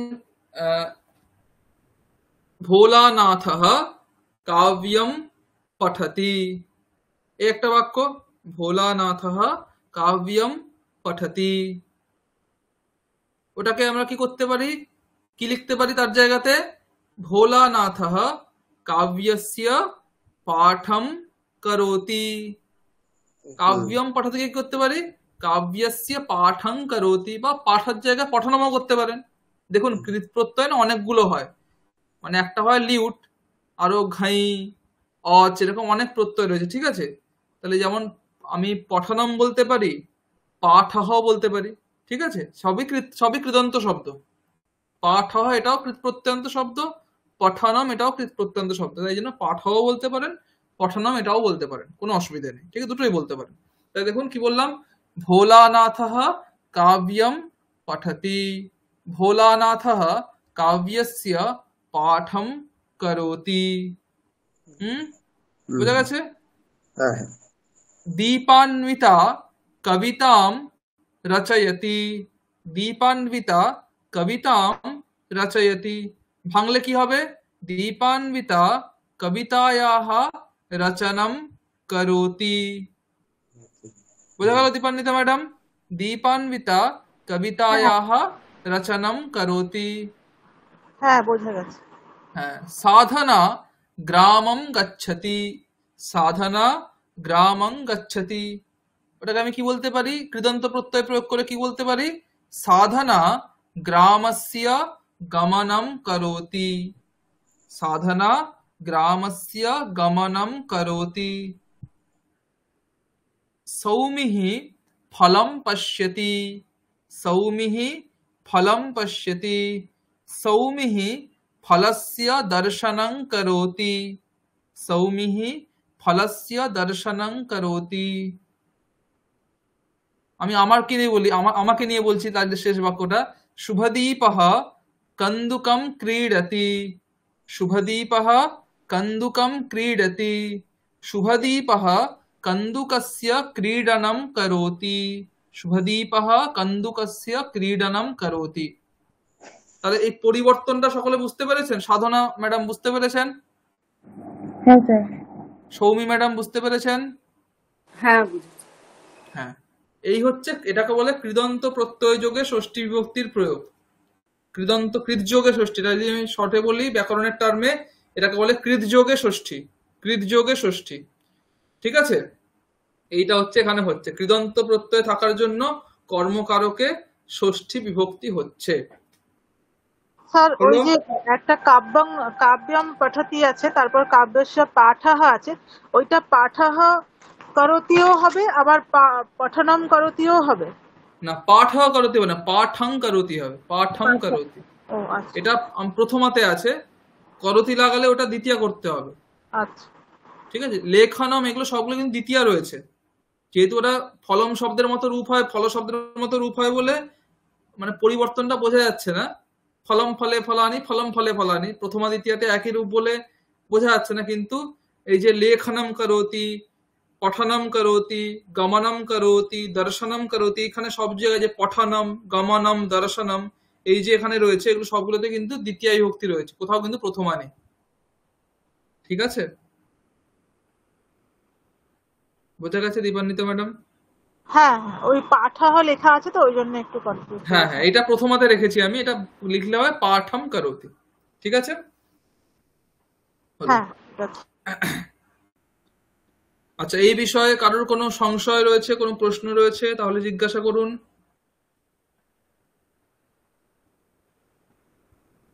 এইটা কিন্তু প্রচুর লোক ভুল করে, আমি এটা দেখেছি, মানে অনেক অনেক সংস্কৃত পড়েছে, অনেক লেখালেখি করে, কিন্তু তাও এই ভুলটা অনেকের হয়। এই যে কৃতযোগে ষষ্ঠী করতে হয়, কৃদন্ত প্রত্যয়ের প্রয়োগ থাকলে কর্মকারকে ষষ্ঠী হয়, এটা সবাই জানে, কিন্তু প্রয়োগের সময় ভুলে যায় অনেকে। রামঃ মন্ত্রম লেখনম করোতি, রামঃ গ্রামম গমনম করোতি। এইরকম প্রয়োগ অনেক বড় বড় লোকও করে। ঠিক আছে, এটা মাথায় রাখবেন। এটা সবসময় মাথায় যখন প্রয়োগ করবেন এরকম কিছু সবসময় মাথায় রাখবেন যে গমনম, লেখনম, পঠনম, রচনম, ক্রীড়নম, খাদনম, অটনম, ধাবনম, এই ধরনের যে নম নম যে একটা শোনা যাচ্ছে না, এগুলো হচ্ছে কৃদন্ত শব্দ। এগুলো থাকা মানেই আমায় কর্মে ষষ্ঠী করতে হবে। এটা একটা মাথার মধ্যে বসিয়ে নিন। ঠিক আছে, আমি এটা গ্রুপে শেয়ার করে দিচ্ছি।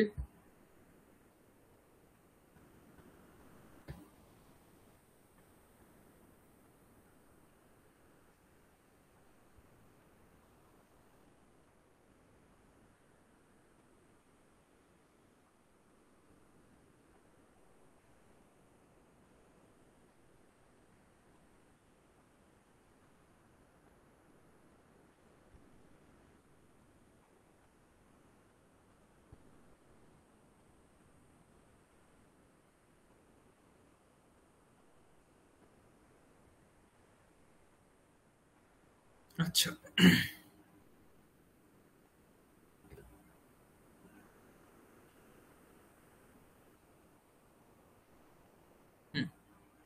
তাহলে আমাদের 5 নম্বর বাক্যটা হয়ে গেল, রামঃ লেখনম করোতি মন্ত্রস্য।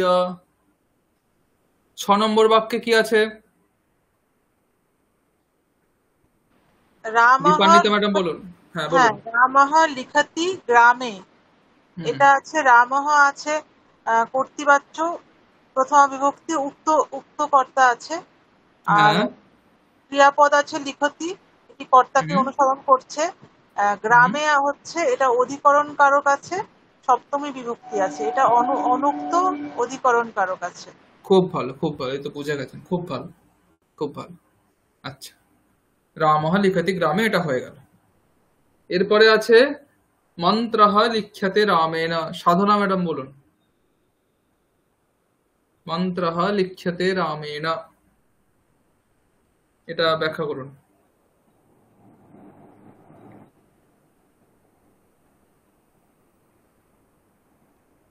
মন্ত্রঃ প্রথমা বিভক্তি কর্তৃকারক। হুম হুম মন্ত্রঃ কোন কারক? না, আচ্ছা ওটা কর্মকারক। কর্মকারক। কর্মকারক প্রথমা বিভক্তি। কেন কর্মকারকের প্রথমা হলো কেন? এটা এখানে উক্ত না অনুক্ত কর্মকারকটা? অনুক্ত। এখানে কর্মকারক উক্ত। দেখো, কর্মকারক যদি অনুক্ত হতো, অনুক্ত কর্মতে কোন বিভক্তি হয়? বললাম, অনুক্ত কর্মে কোন বিভক্তি হয়? দ্বিতীয়া হয়। দ্বিতীয়া। উক্ত মাত্রে প্রথমা, এটা মাথায় রাখবে। উক্ত মাত্রে প্রথমা, উক্ত মাত্রে প্রথমা। প্রথমা। যে কোনো কারক যদি উক্ত হয়ে গেছে, যে কোনো কারক, সেখানে প্রথমাই হবে। এখানে মন্ত্র হয়, এটা কর্মকারক প্রথমা হয়েছে, মানে এখানে মন্ত্র এখানে উক্ত হয়ে রয়েছে। মন্ত্র হচ্ছে উক্ত কর্মকারক। ঠিক আছে, উক্ত কর্মকারক বলে মন্ত্র এখানে প্রথমা হয়েছে। তারপর লিখতে হচ্ছে ক্রিয়া। ক্রিয়াপদ কাকে অনুসরণ করছে? মন্ত্র হয় একে নাকি রামের? কাকে অনুসরণ করছে? লিখছে মন্ত্র রামকে। না, এটাও ভুল হলো। দেখো, অনুসরণ করছে না করছে এটা বোঝা খুব সহজ, এটা খুব বোঝা সহজ। এখন আমি যদি বলি মন্ত্রঃ লিখ্যতে রামেণ আছে, তো আমি বললাম মন্ত্রঃ লিখ্যতে রামাভ্যাম, তাহলে বাক্যটা ভুল না ঠিক? মন্ত্রঃ লিখ্যতে রামাভ্যাম, বাক্যটা কি ভুল না ঠিক? বাক্যটা ঠিক। রামাভ্যাম বলি বা রামাইহি বলি, তার সঙ্গে লিখ্যতের কোনো সম্বন্ধ নেই। লিখ্যতে সেখানে লিখ্যতেই থাকবে। মন্ত্রঃ লিখ্যতে রামেণ, মন্ত্রঃ লিখ্যতে রামাভ্যাম, মন্ত্রঃ লিখ্যতে রামাইহি। মানে কর্তা এখানে রামেণ, এটা কর্তা রয়েছে, সেটা এক বচনে থাক, দ্বিবচনে থাক, অথবা বহু বচনে থাক, তার সঙ্গে ক্রিয়াপদের কোনো পরিবর্তন কিন্তু হচ্ছে না।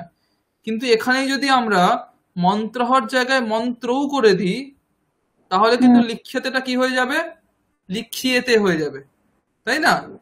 মন্ত্রও লিখিয়েতে, তাহলে কি কর্মে দ্বিবচন হয়ে গেলে ক্রিয়াপদেও দ্বিবচন হয়ে গেল।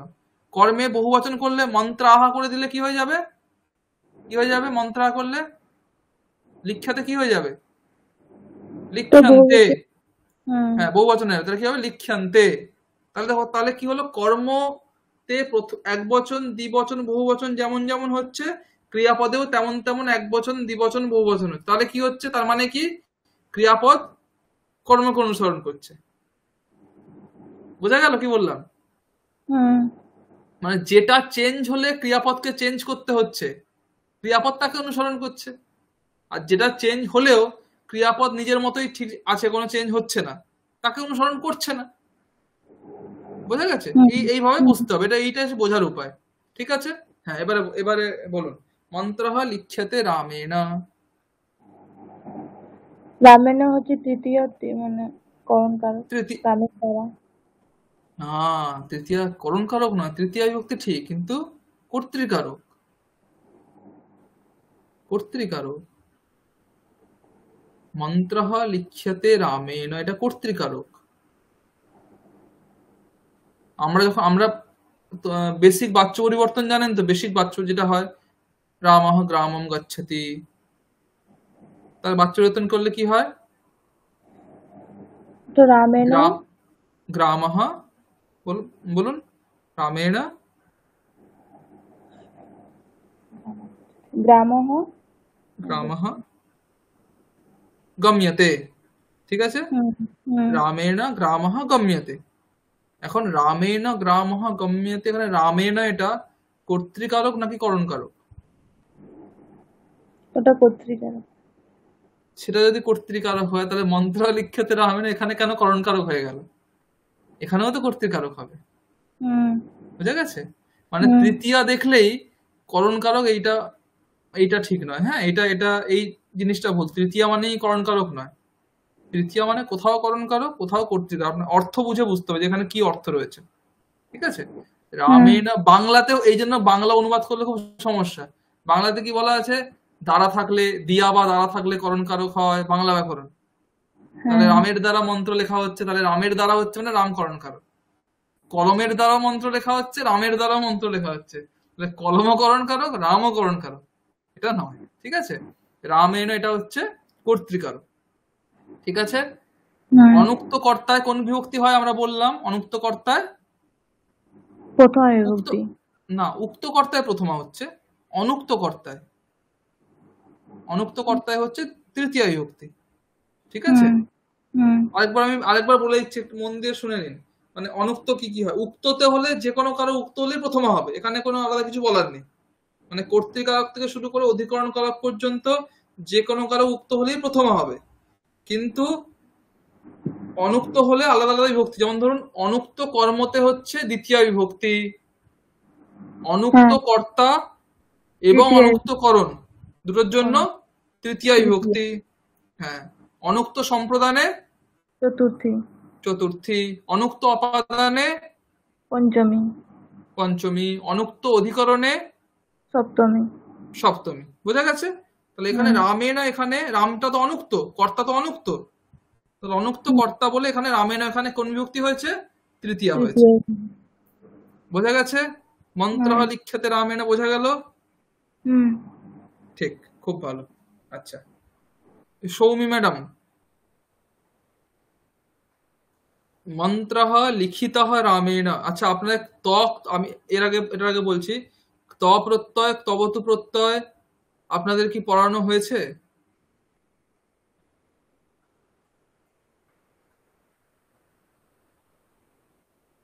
বলুন আপনারা, যদি পড়ানো না হলে না বলুন, হ্যাঁ হলে হ্যাঁ বলুন। তবতু আপনাদের পড়ানো হয়েছে? স্যার হয়েছে, হয়েছিল। আচ্ছা, মানে কেমন হয়েছিল, মানে খুব ভালোভাবে হয়েছিল নাকি একটা মোটামুটি হয়েছিল, সেটা জিজ্ঞাসা করছি। স্যার একটু তাড়াহুড়ো করে হয়েছিল, মানে আমাদের ওই শেষ করতে হবে এই মাসেই, একটা এরকম একটা হয়ে গেছিল তো, পরীক্ষা হবে, একটু তাড়াহুড়ো করে হয়েছিল আর কি শেষের দিকের এইগুলো। তবুতুটা তাও হয়েছিল, তো ওটা অতটা ভালোভাবে হয়নি। আচ্ছা ঠিক আছে, আমি এটা বলবো তাহলে। আমি তত্ত্ববোধটা আমি একদিন, আমি আজকে বেশি প্রথম দিনে বেশি কিছু বলছি না, বেশি কিছু বললে হবে বাবা বিশাল চাপের ক্লাস হয়ে যাচ্ছে, এত চাপ নেওয়া যাচ্ছে না। ঠিক আছে, অল্প অল্প করে আমি তত্ত্ববোধ একদিন ক্লাস রাখবো, তত্ত্ববোধটাই বলবো, ঠিক আছে? পরের দিনের হ্যাঁ, ক্লাসে আমি প্রত্যয় তবত প্রত্যয় ডিটেলস আলোচনা করবো, ঠিক আছে? তো মোটামুটি প্রত্যয় করতে, এটা এটা বেসিক একটা জেনে রাখুন যে তবত প্রত্যয় হয় কর্তৃবাচ্যে, তাই তো? আর প্রত্যয় হয় কর্মবাচ্যে, এটা তো জানেন। তবত প্রত্যয় হয় কর্তৃবাচ্যে, প্রত্যয় হয় কর্মবাচ্যে। ঠিক আছে, আমি এটা বাদ দিলাম, আছে তত্ত্ববোধ আজকে ধরছি না। আমাদের এতটা যেটা হলো আজকে, আজকে আমাদের হয়েছে 7 নম্বর বাক্য পর্যন্ত। রামঃ লিখতি মন্ত্রম, রামঃ লিখতি কলমেন, রামঃ দদাতি নরায়, রামঃ আদদাতি নরাত, রামঃ লেখনম করোতি মন্ত্রস্য, রামঃ লিখতি গ্রামে, মন্ত্রঃ লিখ্যতে রামেণ। এতটা অবধি আমাদের হলো। এই এতটা 7টা বাক্য সকলের পরিষ্কার, ঠিক আছে? এর পরে যে 5টা বাক্য, সেখানে কি কি রয়েছে? প্রত্যয় রয়েছে, তবত প্রত্যয় রয়েছে, কৃত্য প্রত্যয় রয়েছে, সত্রী রয়েছে, সানচ রয়েছে, আর নেই। এই এই কয়েকটা জিনিসই বাকি 5টা বাক্য রয়েছে, ঠিক আছে? এটা আমরা পরের ক্লাসগুলোতে আস্তে আস্তে করে দেখবো। সত্রী প্রত্যয়, সানচ প্রত্যয়, প্রত্যয়, তবত প্রত্যয়, কৃত্য প্রত্যয়, প্রত্যেকটা জিনিস আমরা আলাদা আলাদা করে দেখবো, ঠিক আছে? ডিটেলসে দেখবো। আচ্ছা, এখন এখানে একটা বিষয় বলা, সেটা হচ্ছে এই যে 12টা বাক্য রয়েছে, সেখান থেকে কিন্তু আমরা 108টা বাক্য বানাতে পারি। এটা কি আপনাদের বলা হয়েছিল? না। হ্যাঁ, আর দেখুন এইটাই হচ্ছে সংস্কৃত যন্ত্র বলতে, আমি যে বারবার বলছি সংস্কৃত যন্ত্র, সংস্কৃত যন্ত্র, এটা কিসের যন্ত্র? এটা হচ্ছে বাক্যের যন্ত্র, ঠিক আছে? এই যে 12টা বাক্য, সেখান থেকে আমরা 108টা বাক্য বানাতে পারি।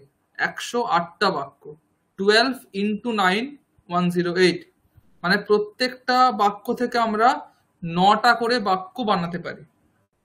কটা করে? 9টা করে, ঠিক আছে? যেমন আমি আপনাদের উদাহরণ দিচ্ছি, দেখুন। রামঃ লিখতি মন্ত্রম, এটা আমরা দেখলাম। এখানে আমি একটু ইম্প্রোভাইজ করতে পারি। রামঃ লিখতি মন্ত্রম, মন্ত্রমকে করতে পারি মন্ত্রৌ। রামঃ লিখতি মন্ত্রৌ, রামঃ লিখতি মন্ত্রান। বোঝা গেল কি করলাম?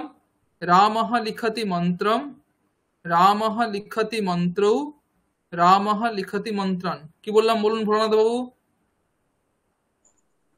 রামः লিখতি মন্ত্রম, হুম রামः লিখতি মন্ত্রৌ, হুম রামः লিখতি মন্ত্রান। মন্ত্রান। তারপরে আমি এটা বলতে পারি, রামহটায় করে দিলাম রামৌ, দিয়ে কি করতে পারি? রামৌ লিখতঃ মন্ত্রম, রামৌ লিখতঃ মন্ত্রৌ, রামৌ লিখতঃ মন্ত্রান। দীপান্বিতা ম্যাডাম বলুন কি বললাম? রামো লিখতঃ মন্ত্রম, রামো লিখতঃ আম, মন্ত্রম হলো, তারপর একটা মন্ত্রও, রাম মন্ত্রৌ।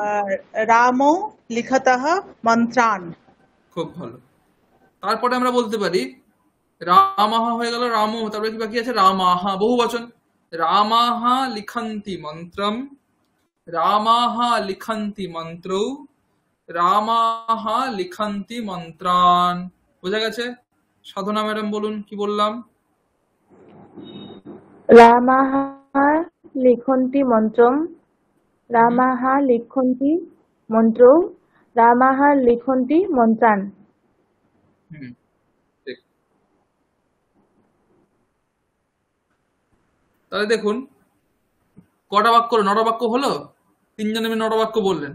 দেখুন এই পিডিএফ এর একদম উপরের দিকে দেখুন, একটা সূত্র দেওয়া আছে, a plus b plus c, তারপরে x plus y plus z is equal to a x a y a z, b x b y b z, c x c y c z. 9টা করে দিল। এখানে দেখুন নিচে সেই রকম ব্র্যাকেটে দেওয়া আছে, রামহা লিখতি এটা হচ্ছে এ, রামও লিখত এটা হচ্ছে বি, রামাহা লিখন্তি এটা হচ্ছে সি, মন্ত্রম এটা হচ্ছে এক্স, মন্ত্র হচ্ছে ওয়াই, মন্ত্রান হচ্ছে জেড, জুড়ে দিচ্ছে। রামঃ লিখতি মন্ত্রম, রামঃ লিখতি মন্ত্রৌ, রামঃ লিখতি মন্ত্রান, রামৌ লিখতঃ মন্ত্রম, রামৌ লিখতঃ মন্ত্রৌ, রামৌ লিখতঃ মন্ত্রান, রামাः লিখন্তি মন্ত্রম, রামাः লিখন্তি মন্ত্রৌ, রামাः লিখন্তি মন্ত্রান। 9টা হলো। বলুন দি ভরণবাবু 9টা বাক্য পরপর।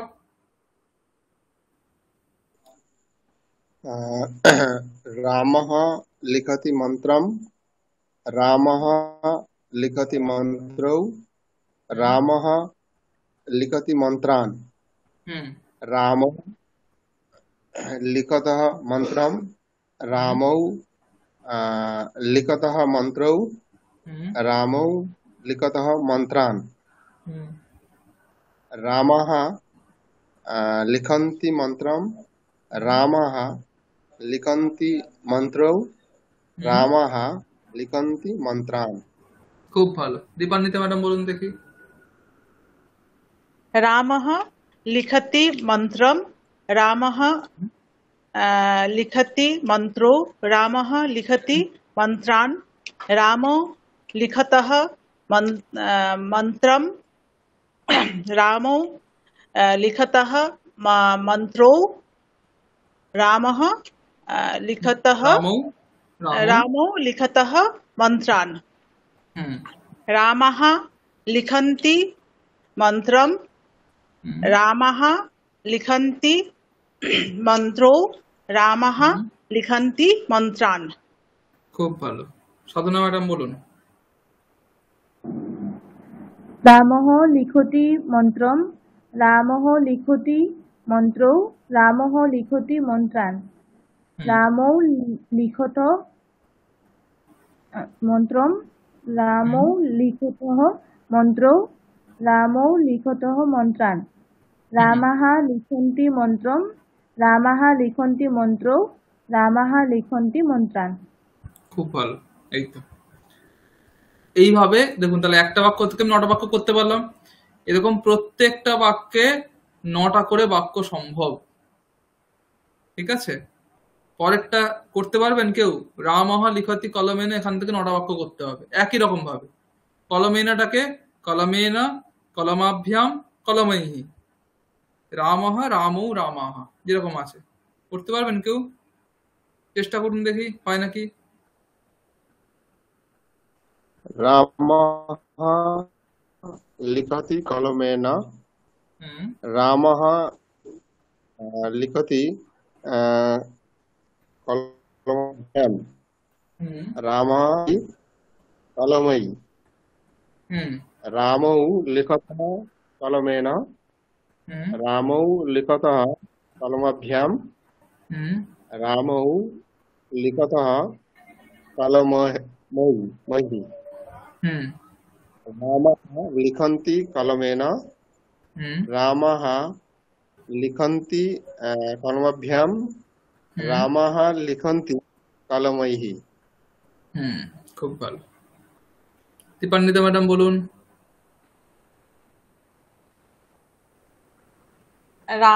रामः लिखति कलमेन, হুম रामः लिखति कलमभ्यां, হুম रामः लिखति कलमैः, হুম रामो लिखतः कलमेन, रामो लिखतः कलमभ्यां, হুম रामो लिखतः कलमैः, रामः लिखन्ति कलमेन, रामः लिखन्ति कलमभ्यां, रामः लिखन्ति कलमैः। খুব ভালো। সাধনা ম্যাডাম বলুন। रामः लिखति कलमेन, रामः लिखति कलमाभ्यां, रामः लिखति कलमैः, হুম रामः রামৌ रामौ लिखत कलमेन, रामौ लिखत कलमाभ्यां, रामौ लिखत कलमैः, হুম रामः लिखन्ति कलमेन, रामः लिखन्ति कलमाभ्यां, रामः लिखन्ति कलमैः। কলমে। খুব ভালো। পরেরটা দেখুন, রামঃ দদাতি নরায়। রামঃ দদাতি নরায়, এখানেও নটা বাক্য হবে। বলুন, দীপান্বিতা ম্যাডাম বলুন এবারে প্রথমে, দেখি। রামঃ দদাতি নরায়, বলুন। রামः দদাতি নরায়, রামः হ্যাঁ দদাতি হবে, দদাতি নরাভ্যাম, খুব ভালো। রামः দদাতি, এটা হবে নরেভ্যः। নরেভ্যঃ, খুব ভালো। রামো তারপর দত্তः নরায়, রামো দত্তः নরাভ্যাম, রামো দত্তः নরেভ্যः। হুম, রামः দদতি নরায়, রামः দদতি নরাভ্যাম, রামः হুম, দদতি নরেভ্যः। খুব ভালো হয়েছে, খুব ভালো। ভোলানাথ ম্যাডাম, ভোলানাথ বাবু বলুন। হ্যাঁ বলুন। কোনটা? বলুন, এটাই বলুন, এটাই। রামঃ দদাতি, হুম হুম হুম রামঃ দদাতি নরায়, আহ, রামঃ দদাতি নরাভ্যাম, হুম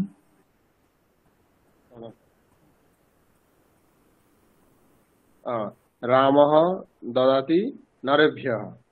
হুম রামঃ দত্যः হুম নরায়, রামः দত্যः নরাভ্যাম, রামः দত্যः নরেভ্যः। হুম রামः দদতি, সরি, রাম আগেরটা ভুল বললাম, রামও হবে। হুম, বলুন বলুন। হ্যাঁ, রামः দদতি নরায়, হুম রামः দদতি নরাভ্যাম, হুম রামः দদতি নরেভ্যः। নরেভ, ঠিক।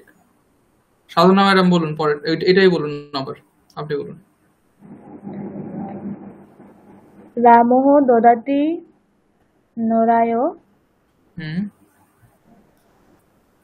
রামः দদাতি নরাভ্যাম, রামः দদাতি নরেভ্যः। হুম হুম হুম তারপর রামও রামো দত্তः নরাভ্যাম, নরায়, রামও দত্তः নরায়, নরায়, রামো দত্তः নরাভ্যাম, রামো দত্তः নরেভ্যः। হুম রামः দদতি নরায়, হুম রামः দদতি নরাভ্যাম, হুম রামः দদতি নরেভ্যः। হুম খুব ভালো। এইভাবে প্রত্যেকটা দিয়ে কিন্তু 9টা করে বাক্য হবে, ঠিক আছে? আপনারা বাড়িতে গিয়ে, আমরা 3টে তো অভ্যাস করলাম, বাকি যে 4টে বাক্য আজকে আমরা দেখেছি, মানে রামঃ আদদাতি নরাত, এটা দিয়ে 9টা বাক্য, রামঃ লেখনম করোতি মন্ত্রস্য, এটা দিয়ে 9টা বাক্য, রামঃ লিখতি গ্রামে, এটা দিয়ে 9টা বাক্য, মন্ত্রঃ লিখ্যতে রামে, এটা দিয়ে 9টা বাক্য। এই 9×4 36টা বাক্য হবে মোট। এটা একটু বাড়িতে অভ্যাস করবেন, লেখালেখির দরকার নেই, নিজেরা মুখে বলে অভ্যাস করবেন, ঠিক আছে? আমি পরের দিন ক্লাসে প্রত্যেককে একটা করে ধরুন জিজ্ঞাসা করলাম যে হ্যাঁ তুমি এইটা দিয়ে, আপনি এটা দিয়ে এটা বলুন, ঠিক আছে? তো আপনাদের বলতে হবে। তো 9টা করে যে বাক্য হয় প্রত্যেকটা দিয়ে, সেটা একটু নিজেরা মনে মনে বাড়িতে একবার অভ্যাস করে নেবেন, ঠিক আছে? এই একটা হোমওয়ার্ক আপনাদের থাকলো, এটা একটা হোমওয়ার্ক থাকলো। আর আপনাদের সবারই তো এগুলো নিশ্চয়ই মুখস্থ রয়েছে, দদাতি দত্ত দদাতি, দদাসি দত্ত দত্ত, এগুলো তো মুখস্থ রয়েছে নাকি?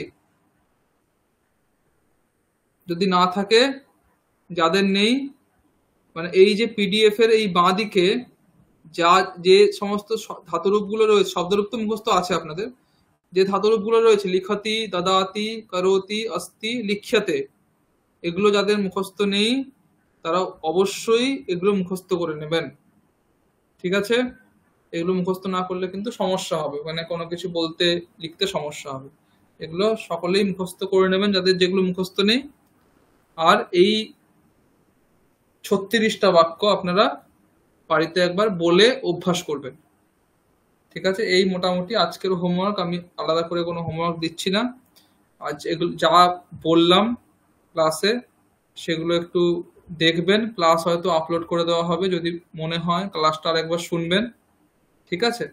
আজকে আর নতুন কিছু আমি পড়াচ্ছি না। হ্যাঁ, এবার আপনাদের একটু পরিচয়টা আমি জেনে নিই। 1:30 বেজে গেল, আর অল্প সময় আছে। তো এক একজন করে বলুন। দীপান্বিতা ম্যাডাম বলুন আপনি। আমি পুরোটা ভালো করে শুনতে পাইনি, আর একবার আমি সেই জন্য জিজ্ঞেস করছি, এখানে যে শব্দরূপ ধাতুরূপ গুলো আছে সেইগুলো মুখস্থ করতে বললেন? হ্যাঁ মানে হ্যাঁ, শব্দরূপ তো মুখস্থ আছে আপনাদের, ওটা করার দরকার নেই। আর একই রামহ মন্ত্র আপনারা জানেন। যে হ্যাঁ, ধাতুরূপ গুলো যেগুলো রয়েছে সেগুলো সেগুলো মুখস্থ। একটু করে নেবেন। আচ্ছা। দদাতি, করোতি, অস্তি, লিখ্যতে। আর আমি এই যে আপনি আগেও তো একটা ব্যাচে আমার ক্লাস করেছিলেন, তাই না? হ্যাঁ, কিছুদিন করেছিলাম, আমি পুরোটা হ্যাঁ, করতে পারি। কিছুদিন করেছিলেন। হ্যাঁ, কারণ আপনি হোয়াটসঅ্যাপে মেসেজ করতে আমি বুঝতে পারলাম যে আগেও আপনার সাথে কথা হয়েছে। হ্যাঁ, হ্যাঁ, ঠিক আছে। আর আমরা তখনও আমি আপনাদের সংস্কৃত যন্ত্র পড়িয়েছিলাম, আপনার মনে হ্যাঁ থাকবে। বাবারে, হ্যাঁ হ্যাঁ আমি পারতাম না ওটা। হ্যাঁ, ভালো। ওইটা আজকে ওনাদেরও শুরু করলাম আবার, ঠিক না, আছে? আমি প্রথম দিকে 9টা করে। ছিলাম, মাঝখানে আমার পাওয়ার চলে গেছিল, তো আমি মানে বেরিয়ে গেছিলাম আবার, মানে এখন আচ্ছা আচ্ছা, প্রথমে ঠিক অনেকক্ষণই আছে। শুনেছি, এই আচ্ছা, ঠিক আছে 15-20 তাহলে। মিনিট তো আমি শুনতে পাইনি। হ্যাঁ, ওই আমরা প্রত্যেকটা বাক্য দিয়ে 9টা করে বাক্য করতে পারি, তাই তো? তো হ্যাঁ 7টা বাক্য আমরা আজকে দেখেছি। এই হ্যাঁ 7টা বাক্য দিয়ে যে 9টা বাক্য হবে হ্যাঁ সেগুলো একটু বাড়িতে গিয়ে অভ্যাস করবেন, নিজেরা বলে বলে অভ্যাস করবেন, ঠিক আছে? হ্যাঁ, এটাই হোমওয়ার্ক, আর কিছু নেই। ঠিক আছে। এটাই বললাম। আচ্ছা, এবার আপনার একটু এই দীপান্বিতা ম্যাডাম বলুন, আপনার একটু পরিচয় বলুন আপনি। হ্যাঁ, আমার নাম দীপান্বিতা পাত্র। আমি খড়দাতে থাকি। আমার সংস্কৃতের কোনো ব্যাকগ্রাউন্ড নেই, ওই 7-8-এ পড়েছিলাম। তারপর এবারে ভর্তি হয়েছি, এখানে প্রাথমিক স্তরটা হয়েছে, মধ্যস্তরীয়তাতে ভর্তি হয়েছি। আমার ব্যাকগ্রাউন্ড সায়েন্স ব্যাকগ্রাউন্ডে, আমি ভেটেরিনারি সায়েন্স নিয়ে পড়াশোনা করেছি, ডক্টরেট করেছি। আর বর্তমানে আমি পশ্চিমবঙ্গ সরকারের অধীনে WBCS এক্সিকিউটিভ হিসেবে মানে কর্মরতা আছি। হঠাৎ সংস্কৃত পড়ার ইচ্ছে? মানে মানে হঠাৎ করে, বিশেষ কোনো কারণ নাকি? না না, বিশেষ কোনো কারণ নেই, মানে হঠাৎ করে ইচ্ছে হচ্ছিল অনেকদিন ধরেই। তো যেহেতু একটু দূরে দূরে পোস্টিং ছিলাম, আর অতটা জানতাম না যে এইভাবে অনলাইনেও ক্লাস হয়, ফলে করা হয়নি এতদিন ধরে। এখন আমি হুগলিতে পোস্টেড। তো এখানে আসার পরে একটু ওই হঠাৎ করেই এই স্বামীজির বাড়িতে একদিন গেছিলাম, এমনি মানে কলেজ স্ট্রিটে গেছিলাম, সেখান থেকে তো ওখানে দেখলাম এটার ব্যানার ছিল বাইরে।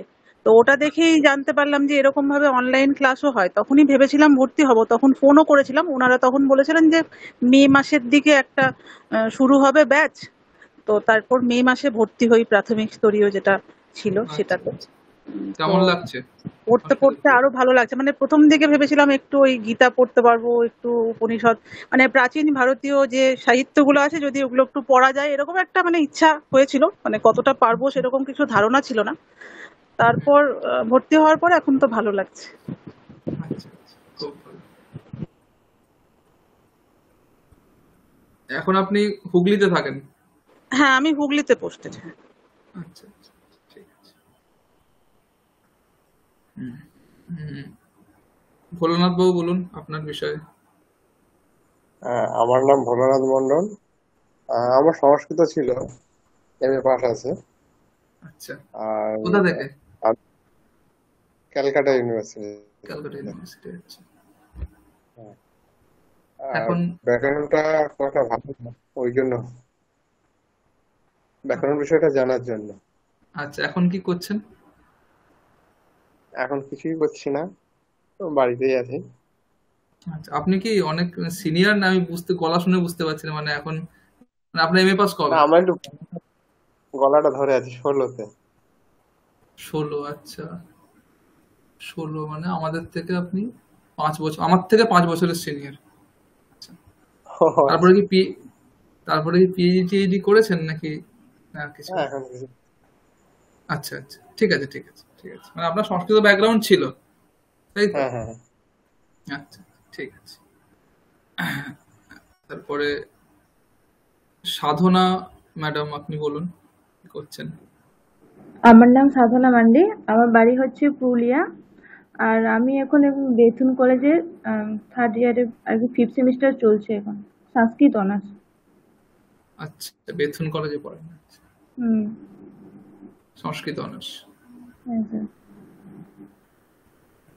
আপনাদের সিলেবাস কি আছে এখন? আপনি বললেন থার্ড ইয়ার ফার্স্ট সেমিস্টার, তাই তো? হ্যাঁ হ্যাঁ, গ্রাজুয়েশন। 5th semester. সিলেবাস কি, মানে আপনার সংস্কৃতে কি কি সিলেবাস রয়েছে এই সেমিস্টারে? যেমন এবার হয়েছে আমাদের বৃহদারণ্যক উপনিষদ, আবার হচ্ছে তর্ক ভাষা, তারপর সমাজ আছে, কারক, এগুলো। আচ্ছা আচ্ছা। তারপরে কোন যে কোন বিবেক স্যার চন্দ্র, কোন কোন স্যার রয়েছেন ওখানে পড়ান কারা? আমার 4টে ম্যাম আছেন। হ্যাঁ, বেথুনে তো সবাই ম্যাম, ঠিক ঠিক, সরি। তো হ্যাঁ, কোন কোন ম্যাম রয়েছেন নাম যদি একটু বলেন। কেমিলিয়া ঘোষ, উনি আমাদের এইচওডি ম্যাম।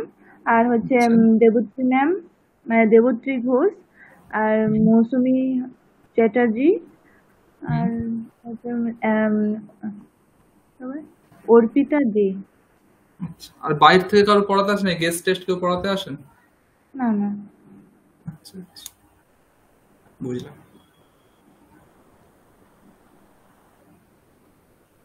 ভালো। আর সৌমি ম্যাডাম, আপনার তো ভুলে গেছি কি বলেছিলেন সেবারেও জিজ্ঞাসা করেছিলাম।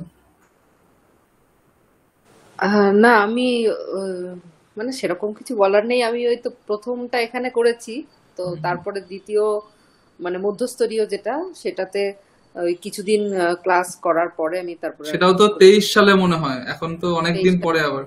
হ্যাঁ হ্যাঁ 23 সালে। তো তারপরে আর কন্টিনিউ করিনি। তো এখন একটু সুযোগ আছে, সেই জন্য আমি সেদিনকে দেখলাম অ্যাডভার্টাইজমেন্ট যে আবার শুরু হচ্ছে। তো ভাবলাম যে ঠিক আছে, চেষ্টা করে দেখি এবার যদি মানে ঠিক করে ক্লাসগুলো কন্টিনিউ করে হ্যাঁ, করে মানে পরীক্ষাটা দিতে পারি, এই আর কি। আগের বারে তো আপনি পরীক্ষাটাই দিতে পারলেন না, ওই পরীক্ষা কিছু দিতে একটা পারি। সমস্যা, আউট অফ স্টেশন ছিলেন সেই সময় কোনো কারণে। হ্যাঁ হ্যাঁ হ্যাঁ। ভালো লাগলো, মানে ওই অমিত স্যারও আছেন দেখলাম, তারপরে আরেকজন যিনি সৌরভ মনে হয় নাম, সৌরভ মানে স্যার মনে হয় আগে ছিলেন না, উনি এখন আপনার কাছে নতুন। তাই না, কি? ছিলেন আপনার বাসুদেব স্যার ছিলেন মনে হয় ও, তখন। তাই জন্য হ্যাঁ উনিও বললেন যে হ্যাঁ আপনাকে তো মনে পড়ছে না, তাহলে সেটার জন্যই। হ্যাঁ বাসুদেব স্যারকে তো মনে আছে, তাহলে ওই হ্যাঁ, বাসুদেব স্যারের জায়গায় সৌরভ স্যার সৌরভ এসছে। স্যার পড়াচ্ছে, ঠিক হ্যাঁ ঠিক। হ্যাঁ রাইট, সেই জন্য আমার আমার ক্লিয়ার মনে ছিল না, কিন্তু কেন মনে হচ্ছিল যে তাহলে কি শুনেছি নামটা খেয়াল। তবে আপনাকে মনে আছে, আর ওই অমিত স্যারকেও ভালোই মনে আছে, হুম হুম। যিনি উড়িষ্যার। তো হ্যাঁ হ্যাঁ হ্যাঁ, অবশ্যই। হ্যাঁ আপনার ওই আগেও দেখেছি এখানে বেনাসাস কালেকশন বলে কিছু লেখা থাকে, হ্যাঁ ওইটা দেখে ওটা আমার মনে হলো যে হ্যাঁ তাহলে আপনি। পুরনো স্টুডেন্ট। হ্যাঁ। ঠিক আছে।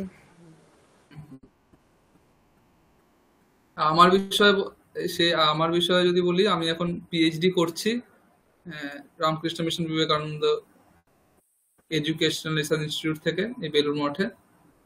এখানেই গ্রাজুয়েশন মাস্টার্স সব সংস্কৃত এখানেই আমার করা। গ্রাজুয়েশন সংস্কৃতে, মাস্টার্স অদ্বৈত বেদান্তে। তার আগে বেলুড় মঠে যে বেদ বিদ্যালয় রয়েছে সেখানেও 4 বছর পড়েছি, মানে ক্লাস 9 থেকে আমি সংস্কৃত পড়ছি। আমাদের এখানে যারা পড়ায় সবাই হয়তো আপনি আগেও শুনেছেন এই বিষয়গুলো, সবাই প্রায় একরকম এক ধরনেরই ব্যাকগ্রাউন্ড। বেদ বিদ্যালয়ে 4 বছর পড়েছে, তারপরে ইউনিভার্সিটিতে 5 বছর, তারপরে এখন পিএইচডি করছে। ম্যাক্সিমামের সবারই তাই, আমারও তাই। এই ব্যাপার। আর এই ব্যাচে অনেকদিন ধরেই পড়াচ্ছি, প্রায় 2 বছর তো হয়েই গেল প্রায়, বলতে গেলে 2 বছর মতো প্রায় হয়ে গেল। আচ্ছা, এই যে বেদ বিদ্যালয় থেকে আপনারা মানে জানি ওখানে সংস্কৃত পড়ানো হয়, এটা আমার জাস্ট আউট অফ কিউরিওসিটি জিজ্ঞেস করছি। হ্যাঁ, বলুন বলুন তো বলুন, অবশ্যই। হ্যাঁ, তো এখানে কি মানে ওই বেদান্ত, মানে যেটা ওই আচার্য হুম। শঙ্করাচার্যের যেটা লিনিয়েজ, ওইটার ওপরেই স্টাডি করা হয় নাকি? মানে না না, ওখানে তো বেদ বিদ্যালয়ে ওরকম ভাবে নেই। বেদ বিদ্যালয়ে সবকিছুই পড়ানো হয়, বেদান্ত আছে, সাংখ্য আছে, যোগ আছে, ন্যায় দর্শন, আমাদের আহ, সংস্কৃতের 6টা দর্শন রয়েছে, ভারতীয় দর্শন 6টা আস্তিক দর্শন রয়েছে। আচ্ছা সাংখ্য দর্শন, যোগ দর্শন, ন্যায় দর্শন, বৈশেষিক দর্শন, বেদান্ত দর্শন, মীমাংসা দর্শন। আচ্ছা সবগুলোরই অল্প অল্প ভাগ বেদ বিদ্যালয়ে পড়ানো হয়, আলাদা করে কোনো দর্শন স্পেশালাইজেশন করে পড়ানো হয় না, সমস্ত কিছুই পড়ানো হয়, সঙ্গে ব্যাকরণও পড়ানো হয়। আচ্ছা অদ্বৈত বেদান্ত স্পেশালাইজেশন যেটা, সেটা হচ্ছে আমাদের আমরা আমরা আমরা- আমি যেমন পড়েছি অদ্বৈত বেদান্ত স্পেশালাইজেশন, হুম সেটা হচ্ছে মাস্টার্স লেভেলে গিয়ে, আচ্ছা গ্রাজুয়েশন করার পরে মাস্টার্সে গিয়ে আমার মাস্টার্স স্পেশালাইজেশন অদ্বৈত বেদান্ত ছিল। আচ্ছা সেখানে আমি অদ্বৈত বেদান্ত স্পেশাল করে পড়েছি। আচ্ছা এটাই তো শঙ্করাচার্যর হ্যাঁ বেদান্ত হ্যাঁ, আমরা শঙ্করাচার্য অদ্বৈত ফিলোসফিটা বেদান্ত ওইটা। নিয়েই পড়েছি। একদম একদম, ওখানে হুম, নিয়ে আর নিয়ে আমাদের পড়াশোনা। আর এই যে রামকৃষ্ণ মিশনের যে মানে যে ধরনের দর্শন আমরা ফলো করি সেটাও হ্যাঁ তো হ্যাঁ, মানে ওটা মানে ওইটা একদম প্লাস একদম। অন্য অন্য দর্শনগুলো আছে। এখানে অ্যাকচুয়ালি মেন সমন্বয়বাদ রয়েছে, মানে সবকিছু একটু সবকিছু নিয়ে একটা চলার মানে একটা ব্যাপার রয়েছে রামকৃষ্ণ আচ্ছা মিশনের। আচ্ছা তবে মেনলি কিন্তু যদি আপনি স্বামীজি অদ্বৈত বা ঠাকুরের হুম কথা শোনেন বা ভাষণ পড়েন বা কথামৃত পড়েন, দেখতে পাবেন যে অদ্বৈতই মেনলি রয়েছে, আচ্ছা মেনলি অদ্বৈতই রয়েছে। হুম হুম, আচ্ছা আচ্ছা, এই প্রসঙ্গে আমি একটু কথা বলছি। হ্যাঁ বলুন বলুন। হ্যাঁ, বলছি যে ঠাকুরের যে দর্শনটা আর হুম অদ্বৈতবাদের যে দর্শন, হুম। আহ, ঠাকুরও সেই অদ্বৈত স্বীকার করছেন, কিন্তু শঙ্করাচার্যের অদ্বৈতবাদ আর ঠাকুরের অদ্বৈতবাদ কি এক এক? দেখুন, আমি ঠাকুরকে একেবারে অদ্বৈতী বলাটা উচিত নয়। ঠাকুর সবসময় অদ্বৈতবাদেরই কথা বলেছে এরকম তো নয়। ঠাকুর কখনো কখনো দ্বৈতবাদের কথাও বলেছেন, কথা বলছেন উনি। কখনো কখনো বিশিষ্টাদ্বৈতের কথাও বলেছেন, ঠিক আছে, হ্যাঁ কখনো কখনো অদ্বৈতের কথা বলেছেন। তাই একেবারে একই বলাটাও ঠিক নয়। তবে আহ, দেখুন, আমার যে যদি এখন আমি কোনো দর্শনকেই আমি বলতে পারি না এখন আমি অদ্বৈত বেদান্ত পড়েছি মানে হুম, বাকি দর্শনগুলো ভুল, সেটা হুম, বলা তো একেবারেই ঠিক নয়, হুম, ঠিক আছে। এখন আমাদের মতে অদ্বৈত বেদান্তের যদি মত বলি, তাহলে অদ্বৈত বেদান্তটা হচ্ছে আলটিমেট, মানে ওটা সব থেকে হাই লেভেল। দ্বৈত হুম, বা বিশিষ্টাদ্বৈতটা অবশ্যই আছে, সেটা একটু তার থেকে আগের পর্যায়ে, মানে অদ্বৈত পর্যন্ত যেতে গেলে তার একটা স্টেপ হচ্ছে বিশিষ্টাদ্বৈত বা দ্বৈত, হুম, ঠিক আছে। হুম, এবার ঠাকুরের কথাতে ঠাকুর এভাবে তো আর খণ্ডন মন্ডন করেননি যে আমি বিশিষ্টাদ্বৈতকে খণ্ডন করবো, দ্বৈতকে খণ্ডন করবো, অদ্বৈত স্থাপন করবো, অদ্বৈতকে খণ্ডন করবো, এরকম নেই। কিন্তু যদি আমি স্বামীজির যদি, বিশেষ করে স্বামীজির যদি আমি লেকচার পড়ি, যদি আপনি হুম, স্বামীজির লেখা পড়েন, স্বামীজির ভাষণ পড়েন, তাহলে আপনি হুম, 70% 80% জায়গাতে অদ্বৈতই পাবেন, এটাই বিশেষ। আচ্ছা। আর স্বামীজির ঠাকুর ভাষণে ঠাকুর অ্যাকচুয়ালি ঠাকুরের কথামৃতটা একটু তো গল্প ছলে, তো ওখানে সবকিছুই আছে, মানে হ্যাঁ, কাউকে কথার ছলে দেখেননি, কোনো দর্শনকেই তো উনি করেননি যতটা করেননি না সম্ভব। হ্যাঁ, উনার এরকম আলাদা করে আমি এই দর্শনের লোক এরকম, উনি সব সব এমনকি সব ধর্মের উপাসনা উনি করেছেন, উনি খ্রিস্টান ধর্ম সবকিছু উপাসনা করেছেন। হ্যাঁ, সবকিছুই করেছেন উনার, ওই বললাম মানে ওনার সমন্বয় করার ওনার চেষ্টা করেছেন সবকিছুর মধ্যে। হ্যাঁ, সর্বধর্ম সমন্বয় করার চেষ্টা করেছেন উনি। হ্যাঁ, স্বামীজিরও তাই। স্বামীজিও যখন ভাষণ দিচ্ছেন পার্লামেন্টে গিয়ে, সেখানেও সর্বধর্ম সমন্বয়ের কথাই মেনলি বলছেন। কিন্তু হুম, যদি আপনি অন্যান্য লেকচার পড়েন স্বামীজির, আহ, আলমোড়া থেকে যে লেকচার রয়েছে বা বিভিন্ন জায়গাতে লন্ডনে যে লেকচার গুলো রয়েছে পড়েন, সেখানে দেখবেন যে বেশি অদ্বৈতের কথাই বলা হয়েছে, যে সমস্ত দর্শন, আমাদের সমস্ত কিছুর মধ্যেই ব্রহ্ম দেখতে হবে, সমস্ত কিছুর মধ্যে আত্মদর্শন করতে হবে। সেই হুম, জন্যই জীবে প্রেম করে যে এইজন সেইজন সেবিছে ঈশ্বর, এই যে কনসেপ্টটা আসছে, সেটা ওই হুম, অদ্বৈতের কে ভিত্তি করেই আসছে। এই বিষয়গুলো দেখলে বোঝা যায় যে অদ্বৈতের একটা বড় প্রভাব ছিল স্বামীজির উপর। হুম, এবারে তার মধ্যে অনেক বিষয় রয়েছে, অনেক এখানে একজন মানে মিশনে বিজ্ঞানবাদ বলে একটা নতুন বাদ ঠাকুরের মানে মত বলে একটা তৈরি হচ্ছে, অনেকে বলেন, অনেকটা মত রয়েছে আর কি, যে ঠাকুরের দর্শনটা একটা নতুন একটা দর্শন, সেটা হচ্ছে বিজ্ঞান দর্শন। হুম, বিজ্ঞানবাদ বলে একটা নতুন দর্শন, জ্ঞান মানে অদ্বৈত কিন্তু একটু বিশিষ্টম জ্ঞানম বিজ্ঞানম এরকম একটা করে ব্যাখ্যা করে, সেটা একটা হুম, রয়েছে। কিন্তু মোটামুটি অদ্বৈতের সঙ্গে অনেকটা মিল খায় আর কি, এটা বলা যেতে পারে। আচ্ছা, ঠিক আছে। এই ব্যাপার সকলে। ঠিক আচ্ছা, আছে, এটা একটা গেল, কিন্তু ক্লাস যেটা হবে সেটা হচ্ছে আপনারা সকলে, যেটা আমার মেনলি বলা সেটা হচ্ছে হোমওয়ার্ক গুলো সকলে করবেন। হোমওয়ার্ক যদি না করেন তাহলে কিন্তু ওই ফ্লোতে থাকবেন না। আমি ক্লাসে পড়ালাম, আপনি বুঝতে পারলেন, সবই ঠিক আছে, কিন্তু হোমওয়ার্ক না করলে ওইটা মানে ওই দৃঢ় হয় না আর কি। যতক্ষণ না হোমওয়ার্ক করবেন, খাতায় লিখবেন, যেটা বলবো সেটা করবেন, ততক্ষণ ওই জিনিসটা ওই মাথায় বসে না। সেই জন্য সকলে হোমওয়ার্কটা করবেন। স্যার উম, আজকের গুলো তো কিছু লেখা নেই, মানে আজকেরটা না, মানে আজকে কিছু লেখার নেই, না আজকে কিছু লেখার নেই। আজকে যেটা বললাম সেটা জাস্ট অভ্যাস করবেন, তাহলেই হবে। সকলে ক্লাসগুলো রোজ অ্যাটেন্ড করবেন, ক্লাস মিস করবেন না। খুব দরকার হলে মিস অবশ্যই হবে, সেটাও যদি হয় তাও পরবর্তী ক্লাসের আগে আগের ক্লাসের রেকর্ডিংটা শুনে আসবেন। মানে একটা ক্রমে চলে তো। যদি একটা ক্লাস কোনো কারণে মিস হতেই পারে, না হওয়ার কিছু নেই, হতেই পারে, হলে পরের ক্লাসটা ধরতে অসুবিধা হয় যে হ্যাঁ হঠাৎ করে এটা আবার কি শুরু হয়ে গেল। সেই জন্য যদি কখনো কোনো ক্লাস মিস হয়, আমাদের তো মোটামুটি রেগুলারই প্রায় খুব তাড়াতাড়ি আপলোড করে দেন আমার ওখান থেকে। তো সকলে ক্লাসগুলো যদি মিস হয় তাহলে শুনে নেবেন, বা এই ক্লাসটা শোনা ক্লাসও শুনতে ইচ্ছে হলে শুনে নেবেন একবার, যদি কোনো কোনো জায়গায় অস্পষ্ট থাকে। ঠিক আছে? বাকি আরো দুজন তো দেখলাম লিস্টে আছে, ওনারা কি, আপনারা তো বললেন যে আগের ক্লাসগুলোতে এসছিলেন, আজকে তো এলেন না। দুজন এলেন না, কুহেলি বিশ্বাস, চিত্রিতা মণ্ডল। কিছু বলেনও নি আমাকে আলাদা করে যে আসবেন না বা কিছু। ঠিক আছে। স্যার পুজোর সময় মানে কতদিন ছুটি থাকে, বা নাকি ওই সময়ও ক্লাস হয়? ক্লাস না, ছুটি থাকে। কতদিন ছুটি থাকে মনে হয়, আমার যতদূর মনে পড়ছে আগের বছর যা ছিল, আহ, ওই পঞ্চমী ষষ্ঠী এরকম সময় থেকে লক্ষ্মী পুজো অবধি মনে হয় একটা ছুটি থাকে। ওই 10-12 দিন, ওই 10 দিন মতো মনে হয় ক্লাস হয় না। আচ্ছা। ঠিক আছে? মানে আমি যদি আমার দিক দিয়ে দেখি, আমার ধরুন এর পরের ক্লাসটা হবে 5 তারিখে, 28 তারিখ আজকে, আমার নেক্সট ক্লাস হবে 5 তারিখে, তারপরের ক্লাস ধরুন একদম হবে 19 তারিখে, মাঝে 12 তারিখেরটা হবে না আমারটা। বাকি কেমন ছুটি পড়বে সেটা আপনাদের নোটিশ দিয়ে দেওয়া হবে। নোটিশ এলে আমরা ওটাকে আপনাদের গ্রুপে শেয়ার করে দেবো। ঠিক আছে? আচ্ছা। ঠিক আছে। পড়া বোঝা যাচ্ছে তো নাকি? কিছু যদি সাজেশন থাকে বলুন, যদি কোনো বেশি স্পিডে হয়ে যাচ্ছে বা এটা হলে ভালো হতো সেরকম যদি কিছু থাকে তাহলে বলতে পারেন, তাহলে আমি সেভাবে চেষ্টা করব।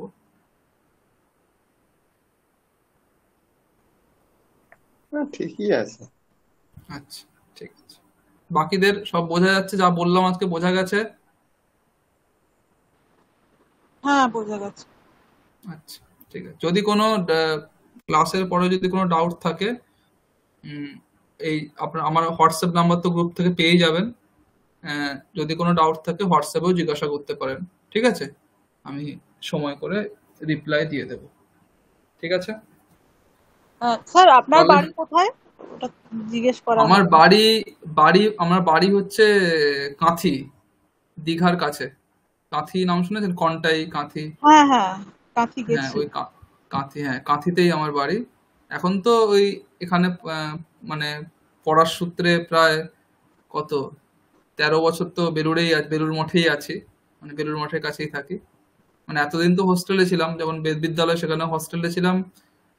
ইউনিভার্সিটি যখন পড়ি তখন হস্টেলেই ছিলাম, 5-4-9 বছর হস্টেলে ছিলাম। তারপরে এখন তো আমার প্রায় পিএইচডি 3 বছর হয়ে গেছে, আর 2 বছর বাকি। এই 3 বছর বেলুড় মঠের পাশেই একদম থাকি, মানে কাছেই রুম ভাড়া নিয়ে থাকি আর কি।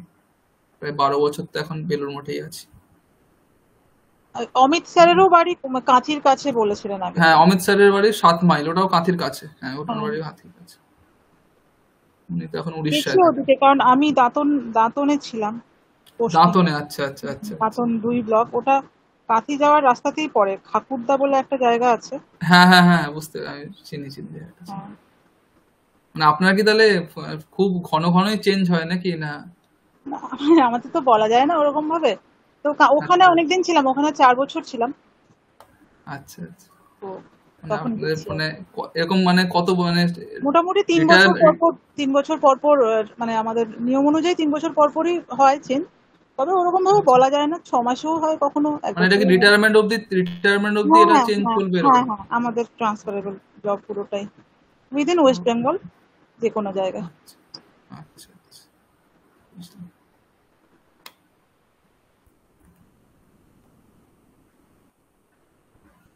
ঠিক আছে, তাহলে আজকে এখানেই শেষ করে দিচ্ছি। হ্যাঁ, স্যার বলছি যে এই যে পাঠ্যক্রম যেটা চলছে, মানে ধরুন হ্যাঁ, এই এর আগে প্রাথমিক স্তর, তারপরে মধ্য স্তর, এর হ্যাঁ। পরে কি আরো কোনো স্তর আছে, না এটাই শেষ এখানে?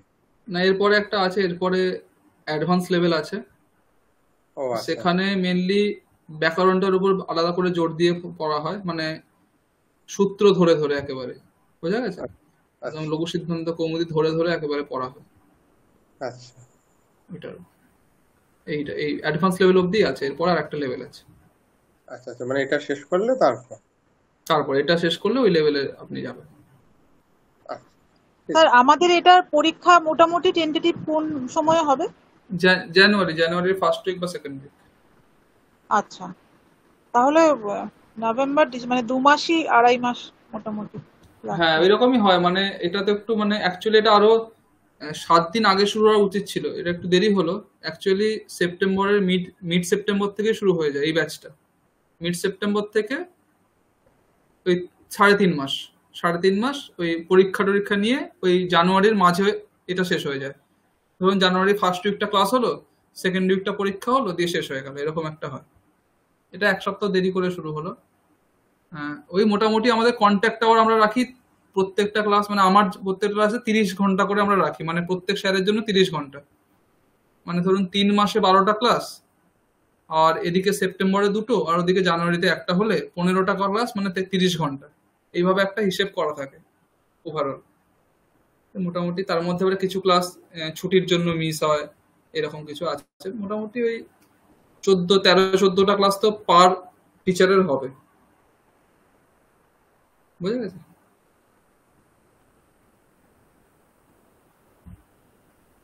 মোটামুটি আপনারা ধরে রাখুন পরীক্ষা হবে জানুয়ারির ফার্স্ট বা সেকেন্ড উইকের মধ্যে, এটা পরীক্ষার টাইম। আচ্ছা,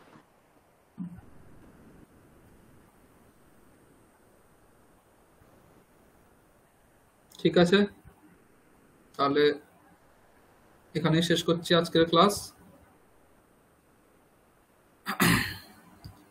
ওম শান্তি শান্তি শান্তি। হরি ওম তৎসৎ। শ্রীরামকৃষ্ণার্পণমস্তু। সকলকে শুভরাত্রি। শুভরাত্রি। শুভরাত্রি।